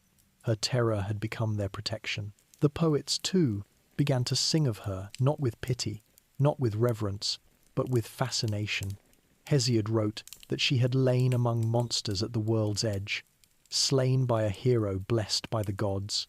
Others told that she had been once a maiden of surpassing beauty, undone by jealousy divine. But even in these retellings, her story carried unease. Beneath the verses, beneath the praise of the hero, was a whisper that asked a forbidden question. What if she was not the villain? In secret, women began to whisper her name as prayer.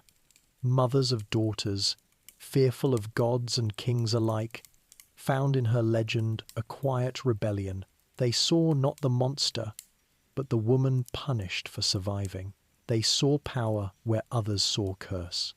When they ground herbs for childbirth, they murmured her name for protection.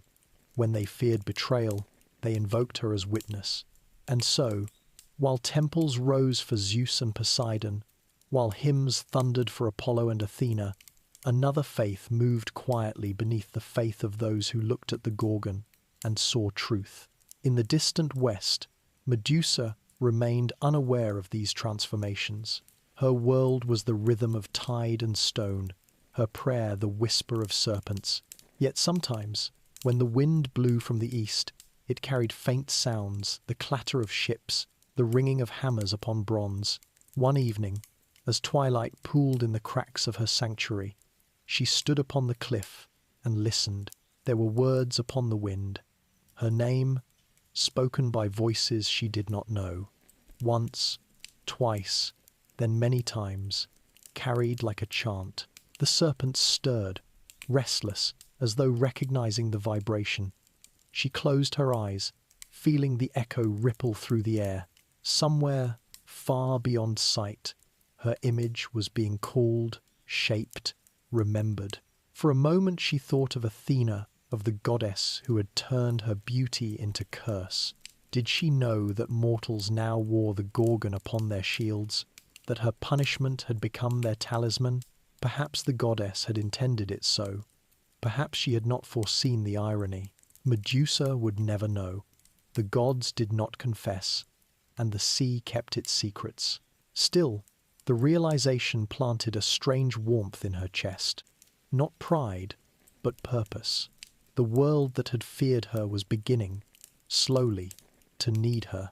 In those same years, across the Aegean, artisans labored to perfect her likeness. On pottery, she appeared fierce yet symmetrical, her fangs softened into elegance, her eyes balanced between rage and sorrow. Sculptors carved her face upon pediments and altars, the guardian against evil. To look upon her image was to be protected from the thing that gaze itself symbolized the unknown. Even Athena, the architect of her ruin, began to wear her face. Upon the goddess's aegis shield, the Gorgon's head gleamed in gold and enamel, her serpents rendered in perfect coils. The priests said it symbolized divine victory over chaos, but others, quietly, carefully, thought it an admission that even the goddess of wisdom knew she had created something too powerful to destroy. The paradox deepened. To fear the Gorgon was to honor her. To destroy her image was to invite danger. To wear it was to claim power. Across generations, these contradictions birthed philosophy. Scholars argued whether her petrifying gaze symbolized death, or knowledge too great for mortals to endure. Some said her eyes revealed truth so pure that the human heart could not survive it. Others said she punished only arrogance, that the unworthy turned to stone because they refused to see themselves. Medusa's silence had become civilization's mirror, but not all whispers were gentle. In the temples of Athena, priests spoke of a hero yet to come, chosen by the goddess to cleanse the world of the Gorgon once and for all. They said his name would be Perseus, the child of Zeus's will, armed with tools of divine origin, the mirrored shield, the winged sandals, the curved blade. These prophecies moved like sparks through the marble cities, exciting young warriors and filling poets with anticipation. Medusa's name, once sacred and feared, was now fate's chosen target. The gods, uneasy with the power her legend had gathered, decided the time had come to reclaim control. But mortals, unknowing, innocent in their worship, kept whispering her name into their prayers. Even the east winds began to carry those prayers back to her. They arrived like invisible threads, tugging at the edges of her solitude. Some nights, she dreamed of faces she had never seen: women grinding grain, sailors tying knots, children tracing her image in the dust. Their voices blurred into a single murmur, not of hatred, but of need. She would wake with the taste of tears, her serpents restless, her heart heavy. "They remember," she would whisper into the dark. Even now, they remember. Her sisters sensed it too. Euryale often returned from her wanderings with strange news. "The mortals tell your story as if it were a spell," she said once. "They do not agree on its truth, but they cannot stop speaking it. Each tongue reshapes you." Sthenos' voice was sharper. "Their remembering is dangerous. It tempts Olympus. The gods do not tolerate power they cannot name." Medusa looked out toward the horizon, where the sea melted into silver. "Then let them be tempted," she said. "If they must remember me, let it be as I am not the monster they imagine, but the mirror they created." As the centuries wound forward, her myth grew roots in the soil of human thought. Philosophers, sculptors, and warriors alike found her face waiting wherever they looked. To the poets, she became the emblem of tragic beauty. To the philosophers, the question of sight and truth. To the soldiers, the guardian who turned chaos into calm. Even as Athena's temples gleamed across the Greek world, somewhere beneath their polished floors, the Gorgon's shadow lingered, a whisper woven through the marble veins. And in her stone valley at the edge of the world, Medusa listened to the rising murmur of her name. The gods had made her symbol, mortals had made her myth, but through both, she was becoming something greater, something even they could not define. No longer priestess, no longer curse, not divine, not mortal, a truth carved in silence, whispered across the Aegean, unbroken by time. Perseus sets forth. Far from the quiet edges of the world where Medusa reigned among her statues, the gods stirred restlessly. Mortals had begun to speak her name not with dread, but fascination. Temples glimmered with her likeness. Amulets carried her protection. What had been meant as punishment was becoming power, and that, in Olympus, was a sin greater than any act of defiance. The balance had to be restored, or rather rewritten in the gods' favor. And so, one night heavy with thunder, the Council of Immortals turned their gaze upon the mortal realm, choosing a single man to deliver their verdict. His name was Perseus. He was young, still bearing the confusion of one who carries divine blood but mortal heart. His mother, Danae, had been locked in a bronze tower by her father, the king of Argos, who sought to escape a prophecy that his grandson would one day kill him. But Zeus, ever the storm's wanderer, had entered the tower as golden rain, and Perseus was born from that impossible union of heaven and earth. His very existence was defiance. His fate, like all half-divine children, was a story waiting for a god to use it. Athena watched him grow. She saw in him a mind sharp with curiosity and a will strong enough to bear divine instruction. In Perseus, she found not merely a warrior, but a weapon, one who could cleanse her memory of the mortal she had once cursed. The goddess of wisdom did not forgive, but she remembered too well how the mortal world now whispered the Gorgon's name beside her own. That whisper had to be silenced, and so it was decreed. Perseus would set forth to slay Medusa, the last mortal Gorgon. The command came as dream and vision. Athena appeared before him, her form radiant, eyes as clear and cold as the blade of dawn. "You will go to the ends of the earth," she said, "to the realm where silence has turned to stone. There you will find the creature that defies the god's will. You must bring me her head." Perseus fell to his knees. "Goddess, how shall I face one whose gaze kills the living?" Athena's lips curved in the faintest shadow of a smile. "You will not face her. You will look away." At her gesture, light condensed into form. Before him appeared a shield, polished to mirror brightness, gleaming with divine perfection. "See with this," said Athena. "Let its reflection guide your strike. Only through the image may you look upon her and live." Hermes, god of travelers and tricks, was next to appear, his smile quicksilver and his eyes alive with amusement.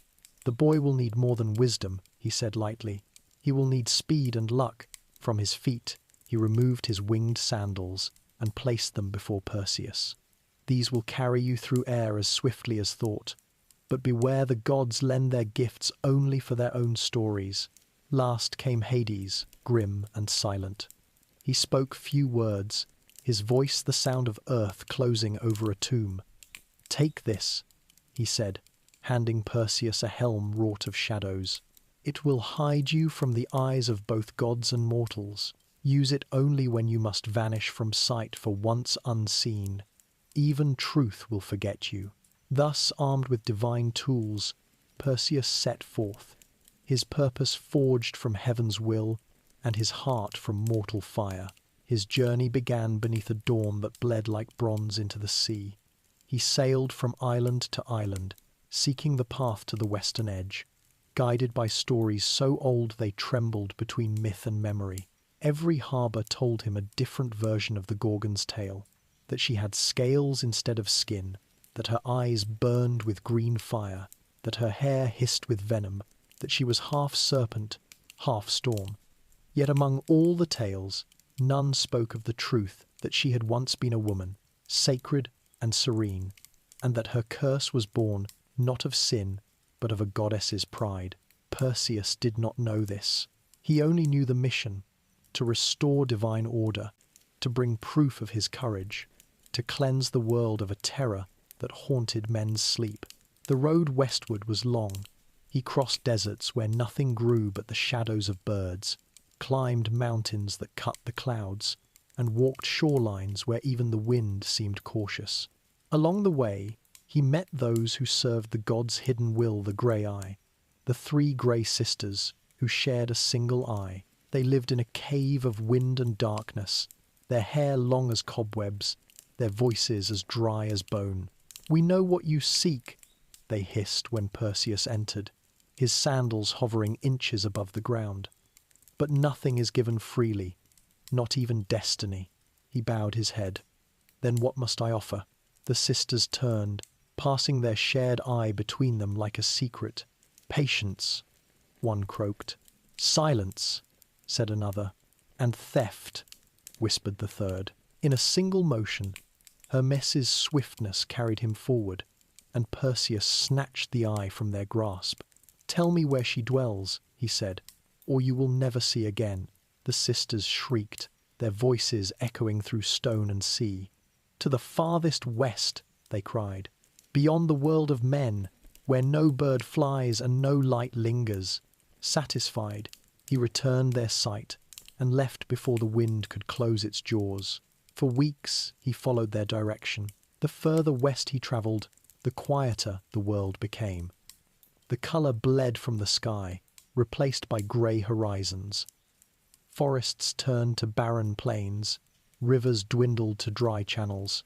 Even the stars above seemed reluctant to shine. He was entering the land where Medusa's silence ruled a place where time itself held its breath. One night, as he rested beside a desolate shore, he dreamed of her, not as monster, but as woman. She stood in the darkness, her hair alive with serpents that swayed like vines in wind. Her face was both fierce and sorrowful, her eyes vast and unknowable. She spoke without sound, and yet her words entered him.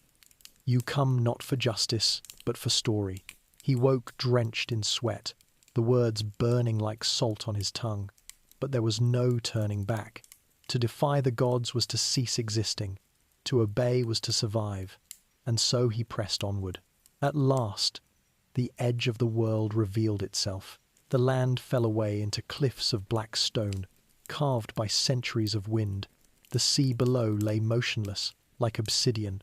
Above it, the sky held no colour, no birds, no sun. The only motion came from the faint shimmer of serpents, winding through air too still to stir. Perseus hovered upon his winged sandals, heart pounding. He drew the shield from his arm and angled it toward the ground, careful not to look directly forward.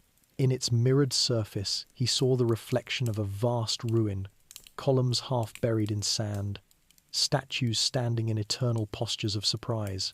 And there, in the heart of that petrified valley, a single figure moved. She was unlike anything he had imagined. No monster's roar, no hideous form. Her movements were slow, deliberate, almost human. The serpents upon her head glimmered with subtle grace, their scales catching what little light remained. Around her lay a silence so profound that even the sound of the sea seemed distant. For a moment, Perseus forgot the god's command. He watched her reflection, as one watches a dream, half fear, half fascination. There was weariness in her bearing, not malice. Her beauty had not died. It had changed, hardened into something beyond mortal comprehension. He thought of Athena's temple, of marble and gold, of the perfection demanded by divinity. And he wondered briefly, dangerously, if this woman's imperfection was closer to truth than all the gods' illusions combined. The serpents lifted suddenly, sensing him. Their hiss rippled through the still air like the turning of a page. Medusa stilled, her head tilting slightly. In her silence, there was no panic, only awareness. She had known he would come. Perseus gripped his blade. His hands trembled. The reflection in the shield shifted as he raised it higher. Behind him, the sea began to stir, the gods watching through the clouds. The hero inhaled once, deeply, then moved like shadow itself, silent, swift, unseen. The hunt had begun, and though the world would later tell it as a story of triumph, what truly followed in that silent valley was something else entirely. The meeting of creation and consequence, the echo of a curse returning home, night of the confrontation. The moon hung low over the cliffs, a thin blade of light cutting the world in half. Below it, the sea held its breath. Every wave that touched the rocks died in silence, as if the world itself feared to disturb what was about to unfold. The air was cold, the kind of cold that seeps through armor and bone alike. In that stillness, Perseus descended upon his winged sandals, unseen, guided only by reflection. He moved as the gods had taught him, without sound, without hesitation. The shield gleamed before him, its surface like frozen sunlight. He dared not look directly ahead. Only through the mirror could he see her. Medusa stood at the heart of the ruined temple she had built from the bones of time. Her serpents were asleep, coiled like crowns of night.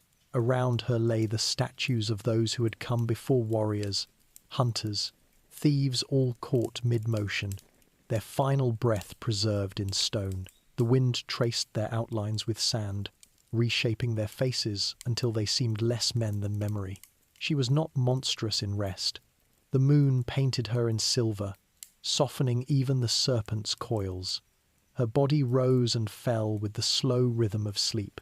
If Perseus had known anything of pity, he might have turned back then. But the gods whispered in his mind Athena's cold voice, Hermes' cunning, Zeus's pride, and their will filled the silence like thunder waiting to strike. He stepped forward. Each movement was measured.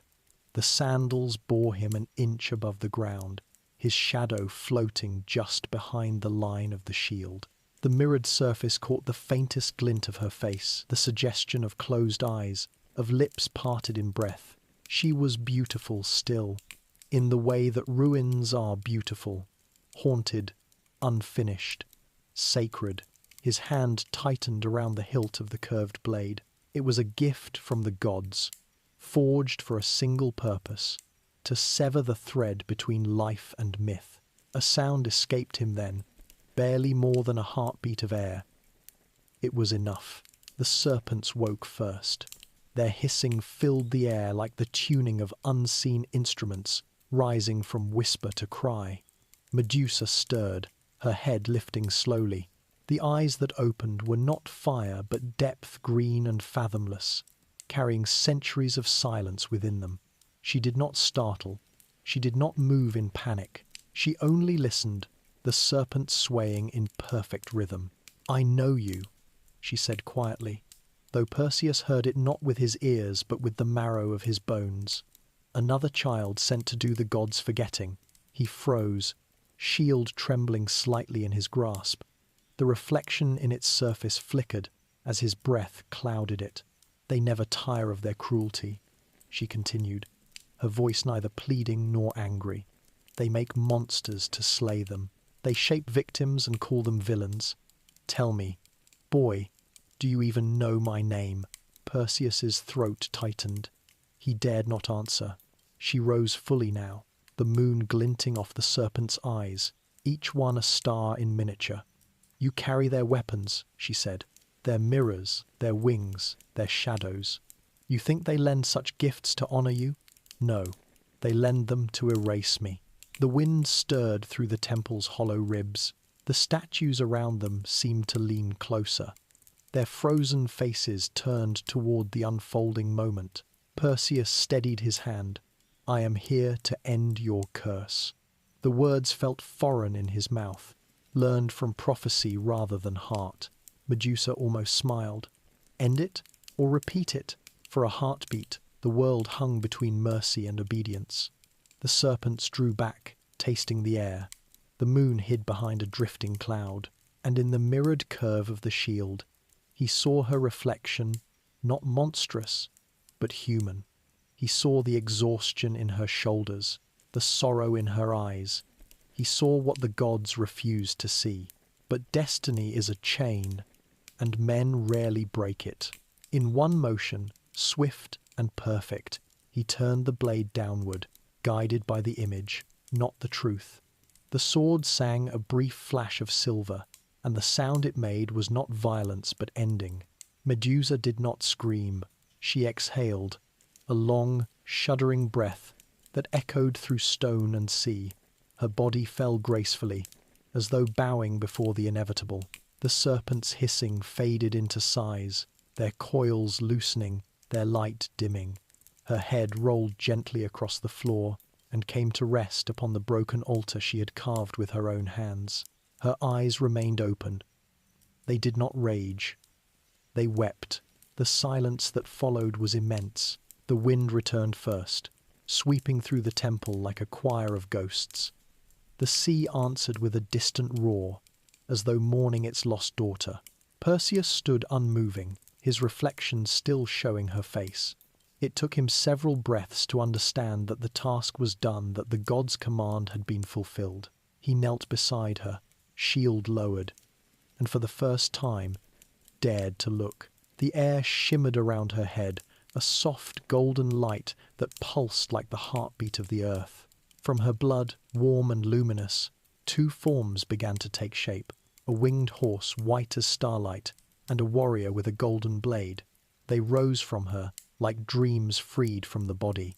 Pegasus and Chrysaor, the children of Medusa, and the sea god Poseidon, born not from love, but from injustice transfigured. Perseus fell back in awe as the creatures rose into the night sky, their light piercing the clouds. The gods had sent him to end a curse, but what he had done was release creation itself. The temple trembled. The statues quivered in their stillness, as though awakening to the sound of her departing soul.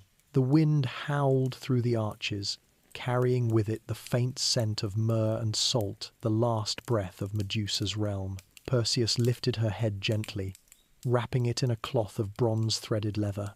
Even through the covering, he could feel the hum of its power, the pulse of eyes that could still command life and death. He turned away quickly, wings beating as he rose into the dark. Below him, the valley grew smaller, its ruins swallowed by distance. The sea shimmered faintly, like molten glass. For a moment, he thought he saw her reflection ripple across its surface, calm, unbroken, at peace. Then it was gone. He flew east, back toward the light of men, carrying with him both triumph and something nameless, a heaviness he could not name, a question that would haunt him all his days. Behind him, the silence of Medusa's realm deepened into eternity. The statues would stand unchanged, guardians of her memory. The wind would continue to sing her name, soft as a lullaby, fierce as truth. And though the gods rejoiced that their will had been done, the earth beneath them whispered otherwise. For in killing her, they had not destroyed her. They had scattered her into stone, into story, into every fearful heart that dared to defy heaven. The night of the confrontation had not been a victory. It had been a passage, the end of flesh, the beginning of myth. And in the black stillness of the sea, the gods themselves paused to listen, uneasy.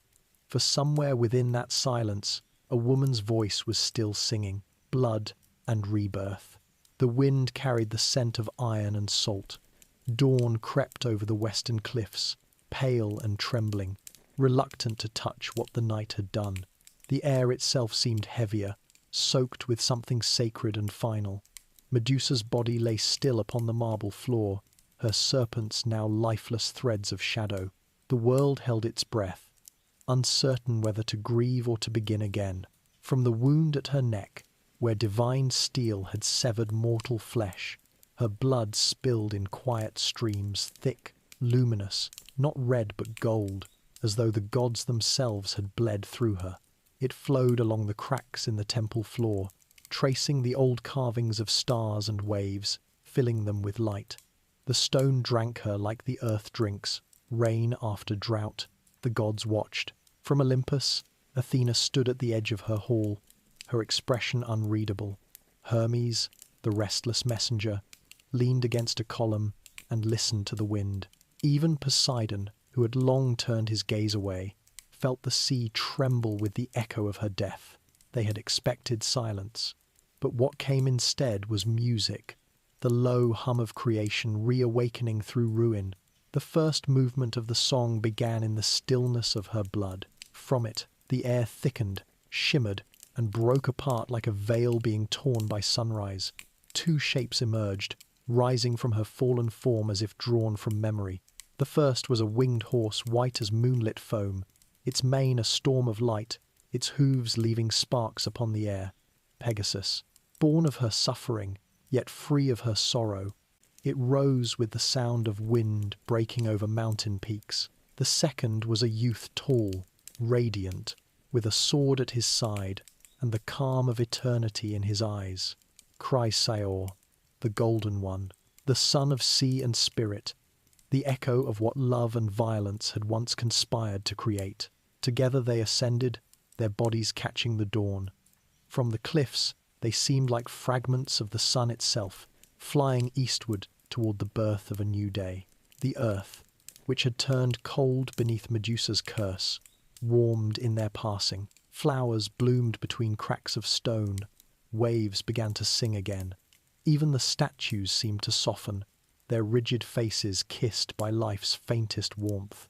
The gods, watching, said nothing, for this had not been part of their plan. They had ordered death, not creation, punishment, not legacy. Yet the blood of the Gorgon, born of divine injustice, refused to vanish quietly. It became seed, not ash. In the valley of her silence, the transformation spread. Wherever her blood touched stone, the ground began to shimmer with fragile life. Tiny flowers sprouted deep crimson petals veined with gold. Mortals would later call them blood anemones, flowers that grew only where gods had wept or heroes had fallen. But their true origin was older still. Each bloom carried a memory, a pulse of her final breath. Above, the sky cleared. The clouds that had hung heavy for years began to part, revealing blue untouched since the dawn of time. The sea exhaled, returning to motion, and from that movement, new tides were born. In the centuries that followed, sailors would say that certain waves carried whispers that when the sea was calm, one could hear a woman's voice beneath the surface, speaking in rhythms too soft for words. They believed it to be the sea god's mourning, or perhaps the song of the Gorgon turned eternal. But the truth was simpler. The ocean was remembering. Medusa's body, cradled by the broken altar, did not decay. The curse that had hardened others into stone preserved her in stillness, a monument to her own endurance. Time passed around her like mist. The serpents that had been her crown lay coiled in perfect repose, their forms carved by death into beauty. Each one looked as though it might wake again at the faintest breath. When Perseus returned to gather himself, he did not linger. He wrapped the head in the bronze-threaded cloth Athena had given him, its edges damp with divine blood. As he lifted it, a single drop fell upon the ground. Where it struck, a tree began to grow, its bark dark as obsidian, its leaves silver as mirrors. The fruit that hung from it shimmered like small hearts. The ancients would one day call it the olive of memory. It fed on sorrow, and from it, mortals learned the art of remembering what gods wished forgotten. Perseus did not see it bloom. He took to the air, wings whispering, carrying the prize toward the rising sun. His face was pale, his mind unquiet. He had slain a creature he could not hate. Her eyes, even in death, had not been vengeful. They had been knowing. Somewhere in their depths, he had glimpsed the truth that he was no hero, only an instrument in a story written by hands that would never bleed. But the world would not see it that way. When he returned to the cities of men, the people hailed him as savior, slayer of monsters, beloved of Athena. Songs filled the markets. Statues were carved in his likeness. Yet even in triumph, his dreams remained haunted. He saw her face in every reflective surface, the shield, the water, the eyes of those who praised him. He could not escape the reflection he had once used to destroy her. Athena met him at her temple. Her armor gleamed like dawn itself. "You have done as I commanded," she said, and her voice carried no warmth. Perseus knelt and offered her the shrouded head. The goddess took it without flinching. As she lifted the cloth, even the light around her bent away. The Gorgon's face, though severed, remained alive with silent power. The serpents stirred faintly, their scales glinting like emeralds beneath water. Athena regarded it for a long moment. Perhaps she saw in it her own reflection, pride, wrath, consequence. Perhaps she felt the faint pang of what it meant to create something beyond her control. Then, with deliberate calm, she fixed the head to the center of her aegis, the great shield that bore her name. "Let her guard me now," the goddess said. "What she was, she shall forever remind them to fear." But the gods misunderstand fear. They believe it to be obedience. They do not hear the undertone, the admiration that lingers within it, the awe that begins to bloom. Mortals who saw the shield did not see only terror. They saw defiance, protection, the power that even death could not silence. Thus Medusa's image, meant to be warning, became sanctuary.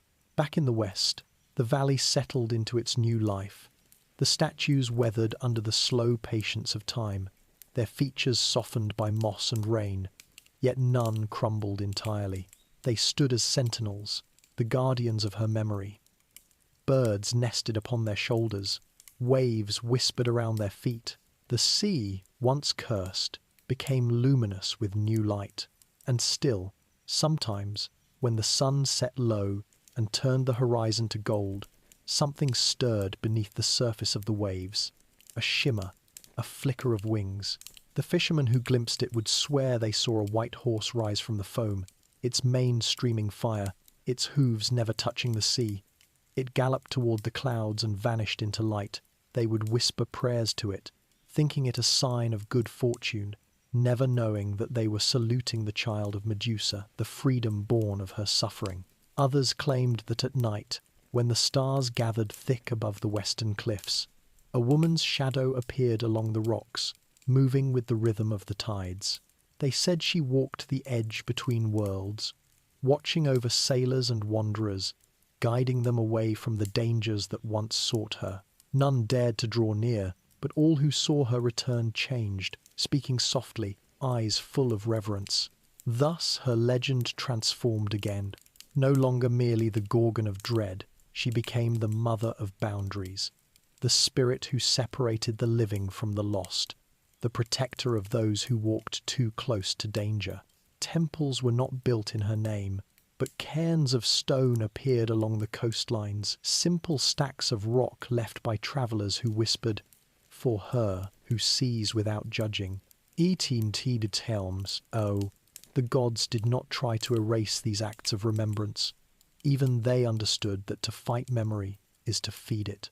And so Medusa's story continued, spreading through time like roots through earth, unseen yet unstoppable. Athena's aegis shone across countless wars.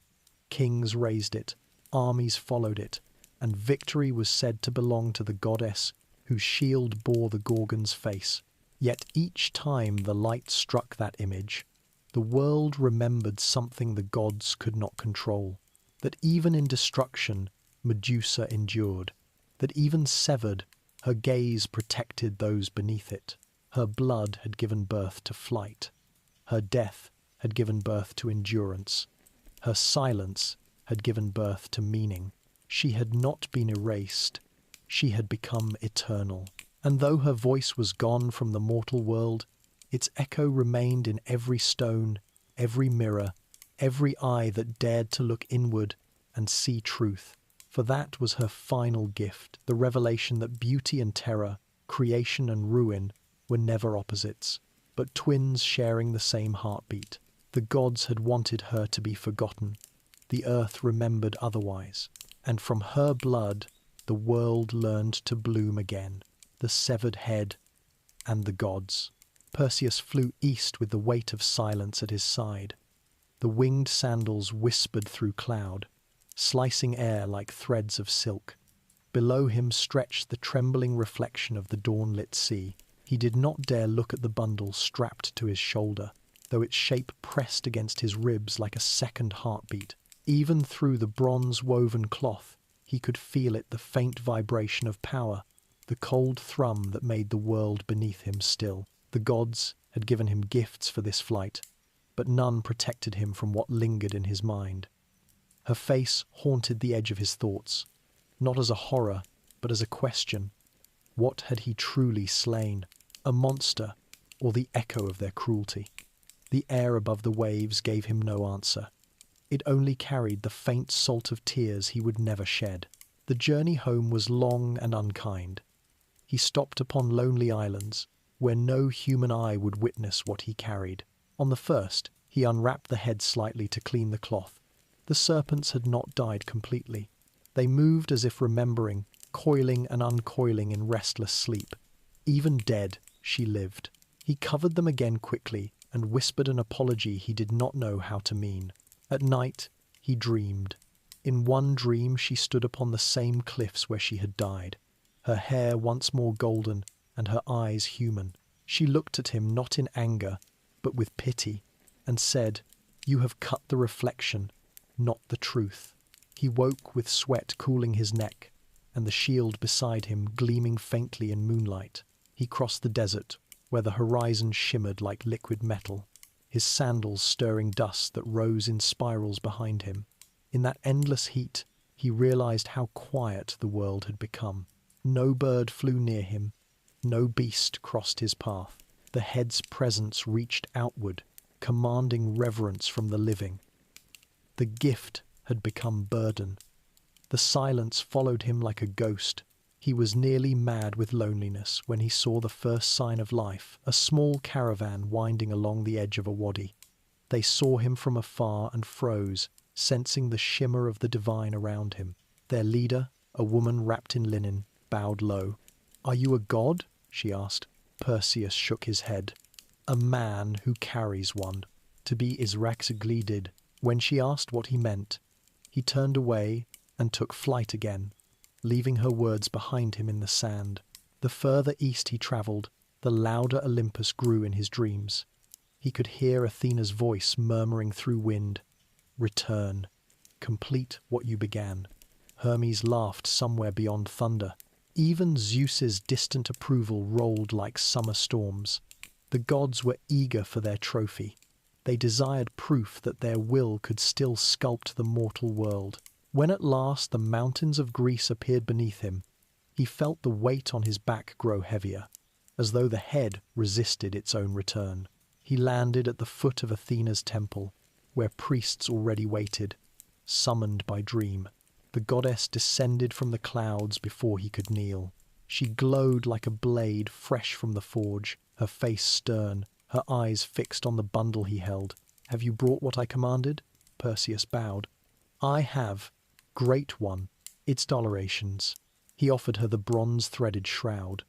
The priests drew back, murmuring prayers, afraid of what it contained.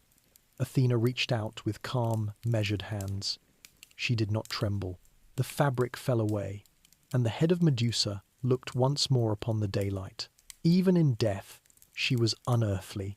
Her eyes no longer held life, but light still pulsed behind them, slow as the turning of stars.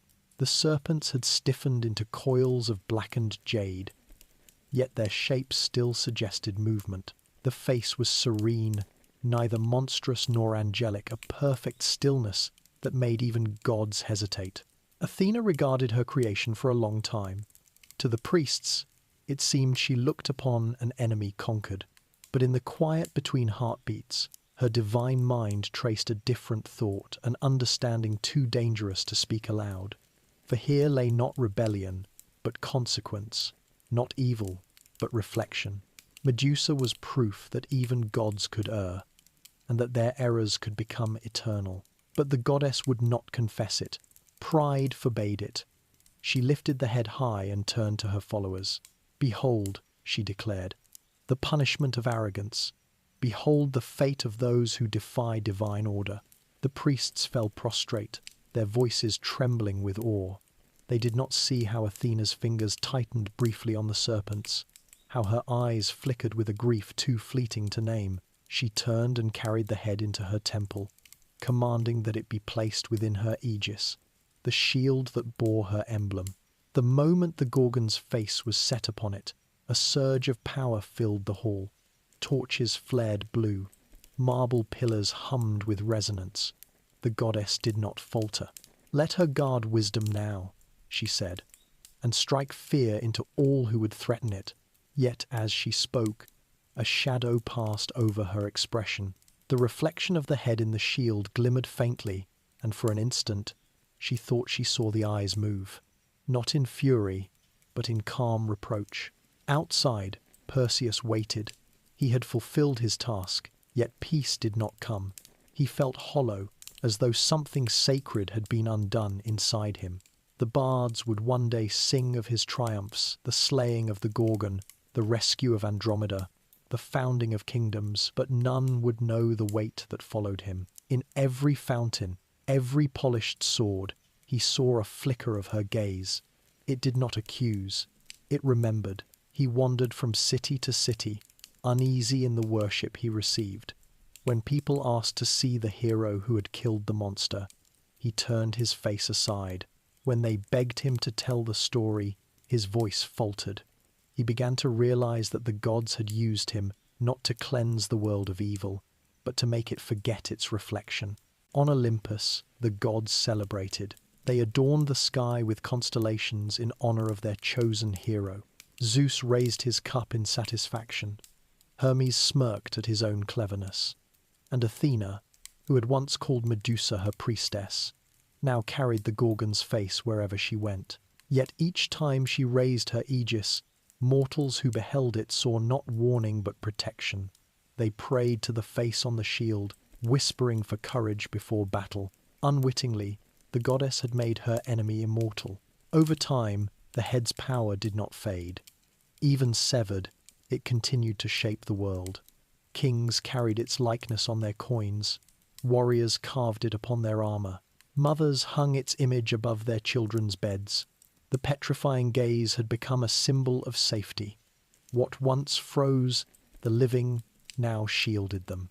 And so the Gorgon lived again, not in body, but in every symbol of endurance humanity could imagine. But among the gods, the unrest grew. Poseidon, from his throne beneath the sea, watched the mortal adoration of the image with a gaze of green flame. They worship her still, he said bitterly. Even dead, she rivals Olympus. Athena's reply was measured. They worship fear, not her. Poseidon laughed, the sound like the breaking of waves. Do they, or do they worship what they cannot kill? The words stung, for in her deepest knowing, Athena understood. Mortals did not fear Medusa. They envied her. They saw in her power the reflection of their own unspoken wish to look upon truth and make it still. In the centuries that followed, the gods began to fade from mortal minds. Temples crumbled, offerings dwindled, prayers thinned into superstition. Yet through it all, one image remained carved into lintels, painted upon pottery, etched into amulets the face of the Gorgon, the eyes that outlasted even Olympus. Athena, unaging, continued to carry her aegis, and in quiet moments she would find her gaze drawn to the face upon it. The marble pupils, unblinking, seemed almost to shift when the light changed. She could never decide whether they accused her or forgave her. Once, in a moment of weariness, she whispered, "You should have been my sister, not my punishment." But the wind within the temple made no answer.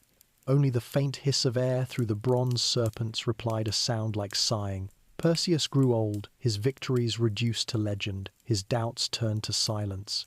When he died, the gods lifted him to the stars, fixing his form above the constellations as eternal hero. Yet even there, in the pattern of his shining figure, one could see it, the angle of his arm, holding something unseen, forever half turned away. The heavens remembered the weight he could never put down. Below, upon the earth, the sea still broke against the western cliffs. The ruins of Medusa's temple had become one with the shore. Moss covered the fallen stones, vines crept over the statues. But on certain nights, when the tide was low and the moon walked silver paths upon the water, travellers swore they saw her reflection glide across the waves, eyes open, calm, watching. Not vengeful, not wrathful, enduring. She had become what even gods could not define, a truth that survives the telling, a name that outlasts its curse. And though they would call her head a trophy, her face upon the goddess's shield, and her death a triumph, the sea remembered differently. It remembered the music in her blood, the flowers that had sprung from her veins, and the light that had refused to die. For in the end, the gods could own her image, but not her meaning. The Gorgon's power belonged to the world now, to the stone that endures, to the silence that teaches, to every mortal heart that learns that even in ruin there is rebirth. The eyes on Athena's shield. The day Athena raised her aegis in battle for the first time, the sky darkened with awe. mortals saw the goddess of wisdom stride across the plain like a storm given human form, her armor gleaming, her helmet crowned with plumes of gold, and upon her shield, the face of Medusa. It was no mere ornament. It was alive in a way that defied understanding, a power suspended between death and divinity. Wherever Athena turned, her enemies faltered, their hearts clenched, their courage turned to dust. No sword could meet her gaze without trembling. The head that once turned men to stone now guarded the goddess herself. The eyes of Medusa still, unblinking, endless watched from the bronze like twin stars fixed upon eternity. They did not rage, they did not beg, they simply were, as if seeing through the ages, as if aware of every secret the gods tried to bury. Each time Athena lifted the shield, she felt its weight differently. It was not the heaviness of metal, nor of war, it was memory. She could feel the pulse within it, faint but eternal, a heartbeat that reminded her that divinity is never pure, that even gods carry the shadows of their choices. When mortals looked upon the aegis, they saw victory. They saw the triumph of wisdom over chaos. But when Athena looked upon it in the still hours after battle, when the torches flickered low and the world held its breath, she saw something else, the reflection of herself in Medusa's eyes. For it was not rage that looked back at her, it was recognition. In the halls of Olympus, the shield became legend. The gods gathered to behold it. Apollo admired the craftsmanship, calling it perfect. Ares, god of war, grinned with envy. Hera, who had seen more cruelty than she cared to name, said nothing but turned away. Poseidon watched with storm-grey eyes and muttered, "Even in death, she looks upon us." Athena's voice was calm. She reminds us that wisdom is born from consequence. But Zeus, seated upon his throne of thunder, only smiled. She reminds us, he said, that power, once made, belongs to the one who wields it. Those words echoed long after the hall emptied. Athena carried them in silence, and as centuries unfolded, she began to understand how wrong her father had been. Power was never truly owned. It was remembered. When wars broke across the world, men raised banners bearing her image. They shouted her name and marched beneath the Gorgon's face, believing themselves invincible. But those who carried her likeness soon learned an unspoken truth: the shield protected, but it also judged. Soldiers who fought with cruelty or pride often found their victories hollow. Their spoils turned to ash in their hands, their hearts heavy with unseen weight. The shield saw everything. Priests in her temples noticed this as well. When they polished the bronze each new moon, they felt its gaze upon them, even when they faced away. The stories spread that Athena's aegis was not only a weapon of war, but a mirror of truth, that those who stood before it could not hide their deceit. Rulers brought offerings, hoping its blessing would cleanse their reigns. Philosophers came to study it, drawn by the mystery of its power, and among them, some began to speak the unspeakable, that perhaps the Gorgon's eyes saw not death, but understanding so pure it broke the heart. Athena never denied them. She did not correct their heresy. She only stood before the shield in quiet contemplation, knowing that such whispers carried the scent of truth. Once, after a long and brutal campaign, she returned to her temple weary. Her followers had raised new statues in her honor, depicting her triumph over the monster. They showed her poised above a fallen Medusa, spear raised, eyes blazing. The sculptor had been praised for his precision, the terror upon the Gorgon's face, the perfection of divine wrath. Athena walked among them in silence. At the base of one statue, she paused.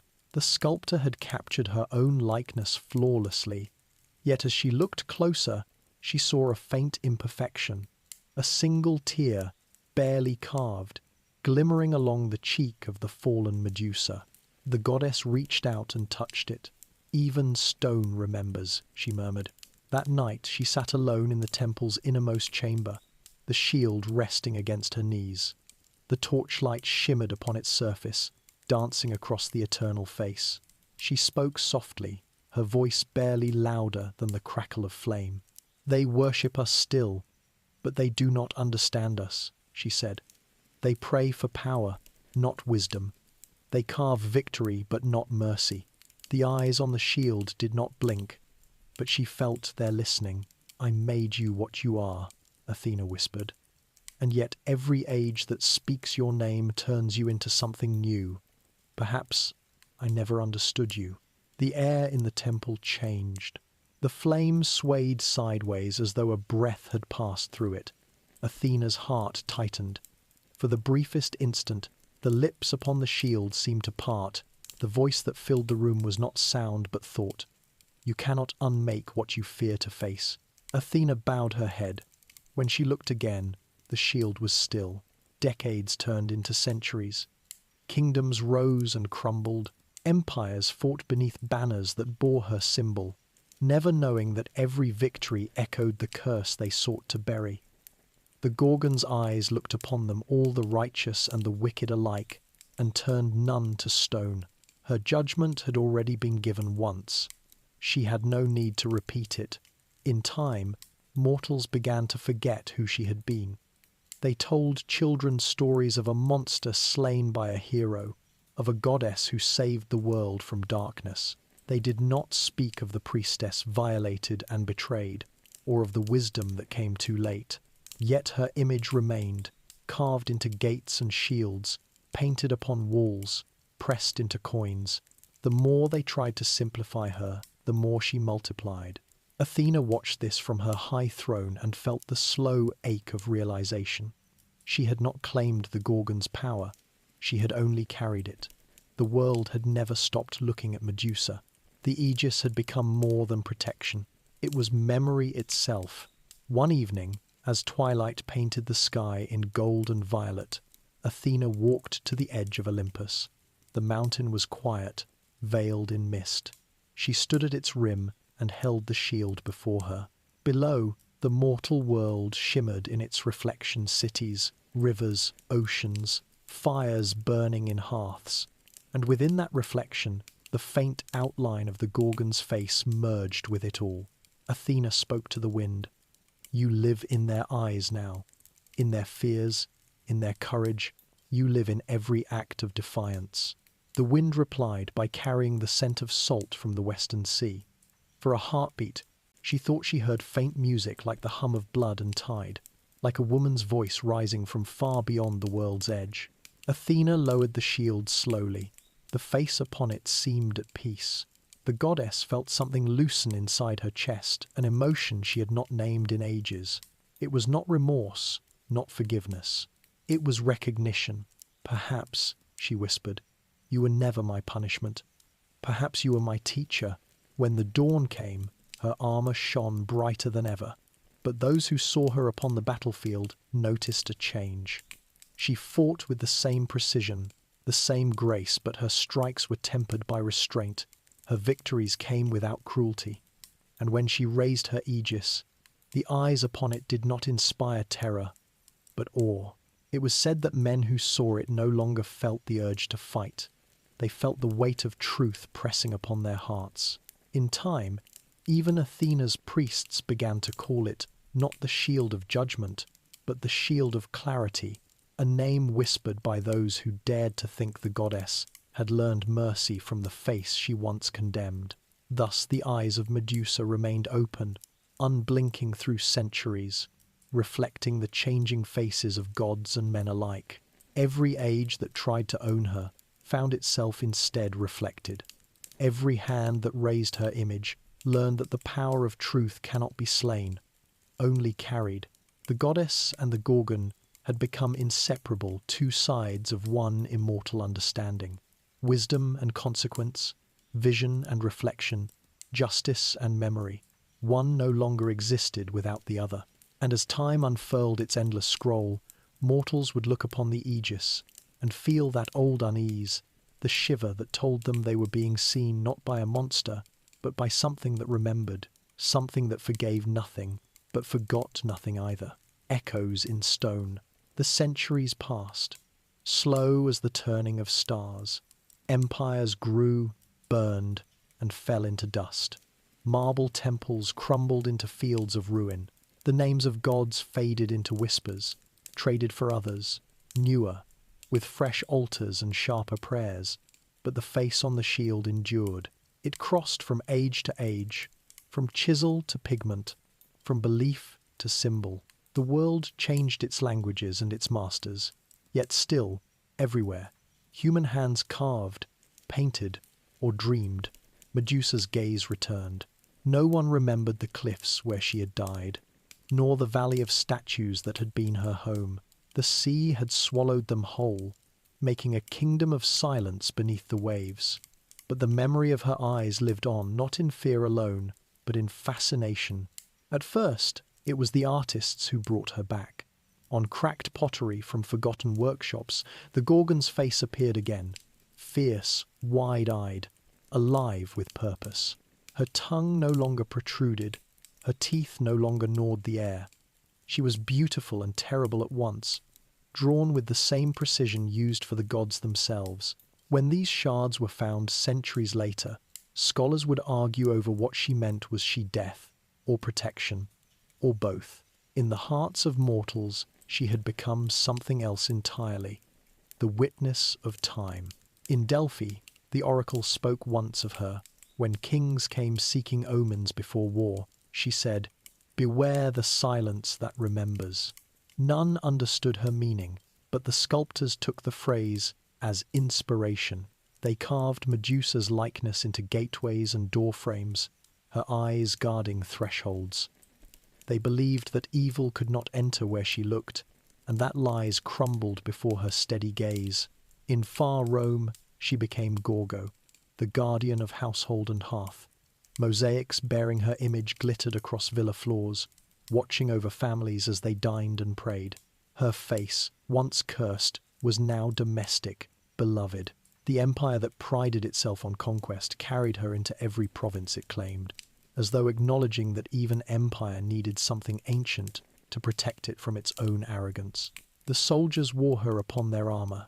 The generals sealed her image in gold, and when they marched east, toward lands where her legend had first begun, they carried her farther still. She, who had been born in isolation, became the most traveled of all symbols. The world that had once condemned her now built its walls upon her likeness.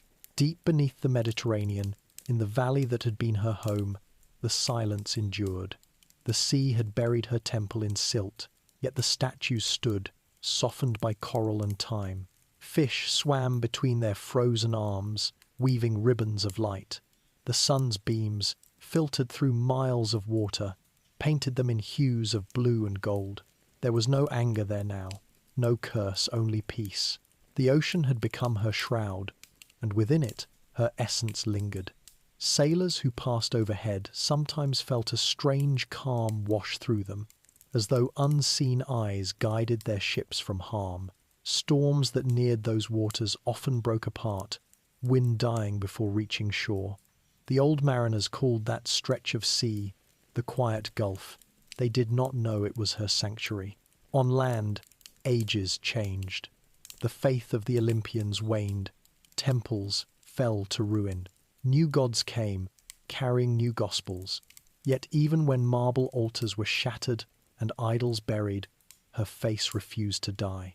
When Christian sculptors decorated their churches, they hid her subtly in the carvings of cathedrals. Her serpents turned to vines, her mouth softened into prayer. They said she represented sin vanquished, temptation conquered, but the truth was that they could not bear to let her go. She remained in the corners of their saints' robes, in the coiled patterns of their mosaics. Even when forbidden, she watched from the margins, patient as the earth itself. Every century polished her differently. The Renaissance, with its hunger for beauty, made her human again. Artists painted her with sorrow instead of savagery, tears glinting upon cheeks, lips trembling, eyes deep with exhaustion. Poets called her tragic, philosophers called her misunderstood. The legend that had once glorified Perseus now began to question him. Was he a hero, or merely the hand of divine cruelty? In those studios filled with oil and dust, the truth she had always carried finally began to surface. They said her eyes were mirrors, not weapons. That to meet her gaze was to see oneself stripped of illusion. It was not death she brought, but honesty, and it was honesty that mortals feared most. Thus, the artists remade her again. Bernini's chisel caught her in marble mid-transformation, human still, but already trembling as serpents bloomed from her hair. Caravaggio caught her in paint, her face pale and luminous, suspended between horror and revelation. The viewers who stood before these works felt something unfamiliar: empathy. They looked at the Gorgon and saw not a monster, but a soul betrayed by heaven. In every painting, she met their eyes without flinching. In every sculpture, her lips seemed close to speaking. The artists had restored to her what the gods had taken: voice, feeling, truth. The old poets had said her blood birthed Pegasus, the divine steed of inspiration. Perhaps that was prophecy. For centuries later, it was her story that carried artists into flight. But while mortals turned her into art, the gods faded from memory. Athena's name grew faint. Her temples crumbled to columns and dust. Yet her aegis, with the face of Medusa upon it, endured in legend. Even when the goddess herself became myth, the Gorgon's eyes remained symbols of strength. In time, people forgot who she had been. They did not speak of Poseidon or Athena or Perseus. They remembered only the face, the calm, the sorrow, the power that neither begged nor forgave. And still, beneath every new story, her truth endured: that the divine had punished what it could not possess, and that the punished had become divine. The world turned again. Cities rose of iron instead of marble. Ships crossed oceans she had once ruled. The language of myth became metaphor, the voice of gods replaced by the hum of machines. Yet even then, her image endured. She appeared on flags, coins, and university crests. Her face crowned the doors of banks and galleries, carved into stone lintels, as if her watch might still protect against ruin. Even those who did not believe in her carried her unknowingly in their symbols of power. The serpent-crowned woman had become the mark of endurance itself. And sometimes, when storms rolled in from the western seas, when lightning flashed along the horizon, there were those who looked up and swore they saw her there, a shape in the clouds, vast and radiant, her eyes like green fire behind rain. They said she walked the border between myth and time, watching quietly as civilizations repeated their patterns, learning and forgetting, again and again. Her curse had long since become the world's mirror. Humanity had inherited her gift, the power to see too much, and to turn what it saw to stone. Deep beneath the waves, the last light of the day filtered through the quiet gulf. It touched the statues, the coral, the remnants of her temple, and in that shimmering half-dark, something glowed faintly, a trace of gold in the sand, the whisper of a heartbeat too slow to measure. The sea carried it outward, thread by thread, until it touched the surface. There, in the meeting of water and air, a single bubble rose and broke. The wind that followed carried her voice, soft as breath, through the world once more. Not vengeance, not lamentation, only remembrance. It passed through ruined cities, through forests, through glass towers. It brushed the ears of those who still dared to wonder why the Gorgon's face was everywhere, and why her eyes, unblinking through millennia, seemed to say only one thing: I endure. The forgotten feminine divine. The world had learned to worship strength in the image of men. For centuries upon centuries, it was the thunder, the sword, and the law that shaped the heavens. But long before those gods had raised their thrones, there had been another current, soft, secret, and older than time itself. It flowed beneath the world's surface like groundwater through stone, nourishing every living thing. It was the sacred feminine, the power that creates, heals, remembers, and endures. And when that current was forgotten, when men built temples only for conquest and named silence a sin, the world began to break. Medusa had been one of the last vessels of that current. Before she became symbol, before she became curse, she had embodied the ancient sanctity of womanhood, unbound by fear, the priestess, who served a goddess, the living bridge between nature and divinity. She was the mirror of an age when creation was not yet divided between good and evil, beauty and terror. In her gaze lived the paradox that the old world had understood, that to look upon truth was to be remade by it. When Athena punished her, the act was more than personal vengeance. It was the quiet ending of an era. The goddess, born from the mind of Zeus and armored in logic, had replaced the earth's wild intuition with the cold perfection of intellect. She turned against her own kind, believing that reason must rule over chaos, and so the sacred chaos within women was condemned.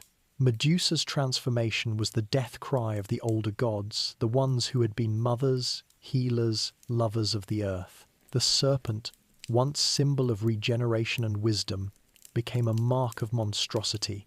The gaze that once blessed became weaponized. The face that had reflected the divine now reflected only fear. The myth was rewritten not by the gods, but by those who inherited their blindness. The poets, chroniclers, and priests who preserved her story carried the poison of hierarchy in their ink. They made her monstrous to justify her punishment. They called her deadly because she refused to bow. But time is long, and memory deeper than marble. The sacred feminine never dies. It only waits. Beneath every myth lies its shadow truth. And when the light of history shifts, that shadow re-emerges. In later centuries, women began to see what had been hidden. They read her story not as warning, but as revelation. They saw that her serpents were not curses, but symbols of renewal, the shedding of the old, the endless capacity to begin again. They saw that her gaze did not destroy, but demanded acknowledgement. She forced the world to see itself without disguise. The poets of later ages began to listen. Words once used to vilify became hymns of reverence. She who was punished for truth, they wrote, now teaches those who dare to remember. Artists painted her anew, not as monster or victim, but as goddess reborn. Her serpents shimmered like rivers of gold. Her eyes blazed not with rage, but with knowing. The air around her glowed with the same quiet authority that once filled temples of the moon. In her, they rediscovered what civilization had buried, that creation and destruction were never enemies, but twin hands of the same eternal mother. The philosophers of the mystical schools, those who studied not power but meaning, began to speak her name again in whispers. They called her Sophia Terribilis, the terrible wisdom, the face of enlightenment that shatters illusion. They said she had been the first mirror, and that to gaze upon her was to see the soul stripped of its masks. Others, more daring, called her the lost Athena, the goddess who had never left the earth but had been exiled into myth. In her, they found the original union of mind and body, thought and instinct. They said the true Athena had not killed Medusa at all. She had become her, descending into shadow to preserve what the heavens feared. It was not blasphemy. It was remembrance, for the feminine divine, forgotten though she was, had continued to speak in small ways in the curves of rivers that still carried her shape, in the rhythm of birth and decay that no empire could conquer. In every act of creation, in every gesture of mercy, in every tear shed without shame, she lived. And in the hearts of those who dreamed of a world restored to balance, she whispered through the centuries. Medusa's name became her voice. She spoke to women who were silenced and called them to rise. She spoke to men who feared tenderness and taught them that strength need not be cruelty.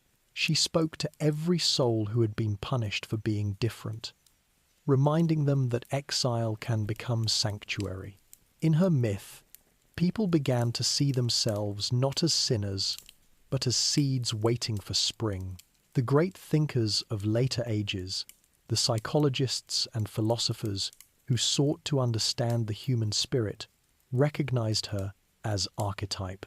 Jung called her the shadow that must be integrated, the dark wisdom that, when denied, turns destructive. She was the part of every human that knows too much and feels too deeply. To reject her was to live half asleep. The poets followed, giving her voice once more. She turned men to stone, they wrote, because they could not bear to see themselves. Detail's Bedtime. And in those words, she was finally freed from Olympus, from Perseus, from even the myths that had tried to bind her. She was no longer property of the divine. She was a truth of humanity.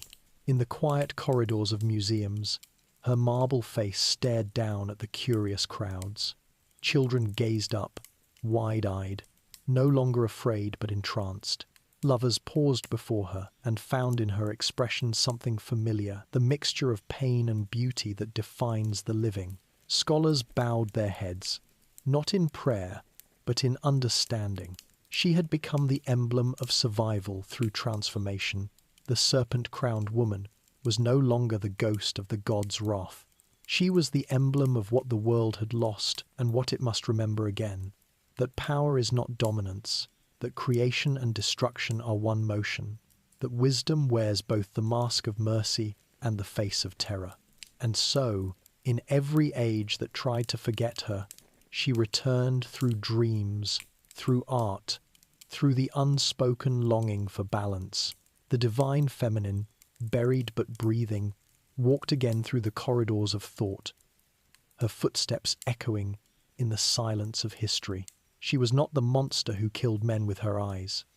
She was the mirror that asked them to stop running from their reflection. Her curse had become revelation. Her death had become a doorway. In the end, she was the goddess who survived forgetting. The serpent, shedding the old world's fear, had revealed the eternal truth beneath, that within every living being there dwells a Medusa, wise, dangerous, luminous, and unafraid to be seen. And though the world may call her by other names, now mother, nature, wisdom, freedom, the pulse of her presence remains unchanged. She is still here, beneath every stone and within every silence, waiting for those who remember that to look upon her is not to die, but to awaken, return to the sea of memory. At the farthest western edge of the world, where light dissolves into mist and the ocean carries no name, the wind is older than time. It whispers across the waves like the breath of forgotten gods, carrying fragments of every story ever spoken. There, beneath the layered silence, something ancient stirs a presence not of flesh, but of remembrance. The sea, endless and unjudging, has not forgotten Medusa. It was the first witness to her pain, the last cradle of her peace. Though her temple lies in ruins beneath coral and silt, though centuries have passed since her eyes last opened, her essence has never left its waters. It flows through every tide, through every shimmer of foam. It lingers in the rhythm of waves that rise and fall like breath. She has become what she always was meant to be, an element, not a being. The quiet gulf still lives, hidden between maps, its surface calm, even when storms rage across the greater sea. Sailors who pass near it feel an inexplicable stillness settle over their hearts, as though the ocean itself has chosen to hush its voice. When the moon is high, the waters glow faintly gold, and some claim to see a shape moving beneath the surface. Not monstrous, but graceful, her serpents now ribbons of light that sway like seaweed in the current. They say she guards the boundary between the living and the lost. Those taken by the sea rest peacefully in her domain, their bodies embraced by the same silence that once defined her. The waves above them murmur her name, and the depths below carry her calm. No one calls her curse now. No one calls her goddess. She is the memory of both. Far above, on shores that have forgotten the old language of prayer, the wind still carries traces of her voice. It is heard in the sigh of reeds along forgotten ruins, in the hush of tides at dusk. The earth breathes it in and releases it through its endless cycles. Growth, decay, renewal. In this, she has transcended the gods who once made and unmade her. Olympus is dust now, its marble halls scattered among the stars. But Medusa endures not as vengeance, not as fear, but as the rhythm of the world remembering itself. The poets of later ages, those who listened to the undercurrent of silence, wrote of this final transformation. They said that Medusa had returned to the sea that had birthed her, not to vanish, but to dissolve into everything. Her blood became coral, her hair, the swaying forests of kelp, her eyes, twin pearls buried deep within the sand, still glowing faintly when the moon touches them. To the sea, she gave her final shape. To the world, she left her reflection. In dreams, she still visits those who seek truth. She comes to painters whose hands tremble before blank canvas, to poets who wake at midnight with words like fire in their throats, to wanderers who stand at shorelines feeling both awe and ache. She does not speak. She does not need to. Her gaze, even in dream, says what language cannot.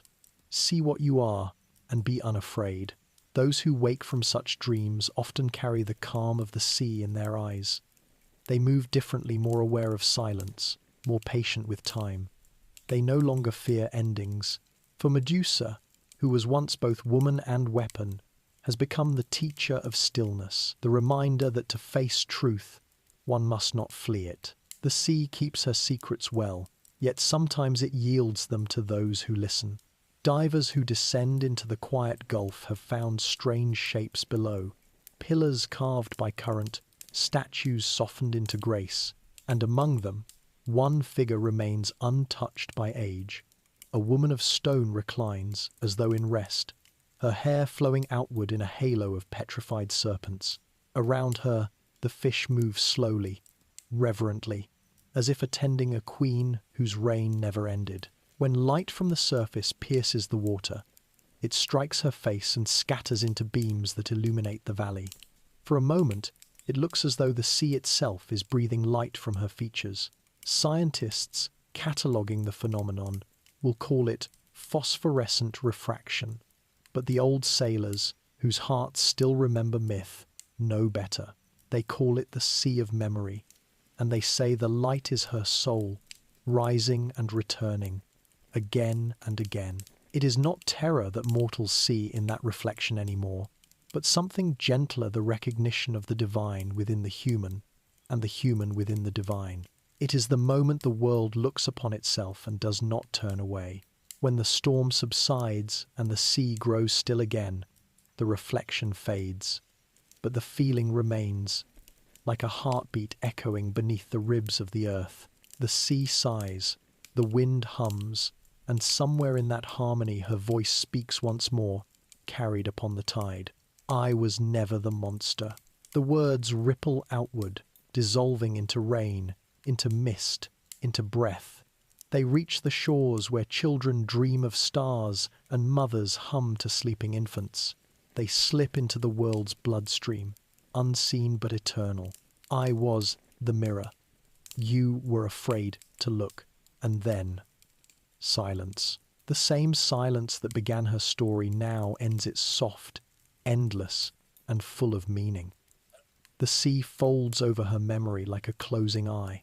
The stars shimmer above, reflections of her unblinking gaze.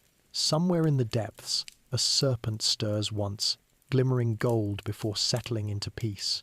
The tides continue their eternal cycle. The world, reborn again and again, carries her in every reflection, every shadow, every dream. She has returned to where she began, not vanished, not conquered, but complete. Medusa, priestess, Gorgon, guardian, mother of memory, has become the pulse of the sea itself. And in the hush that follows her final breath, the ocean whispers what the gods never could. Be still. You are seen.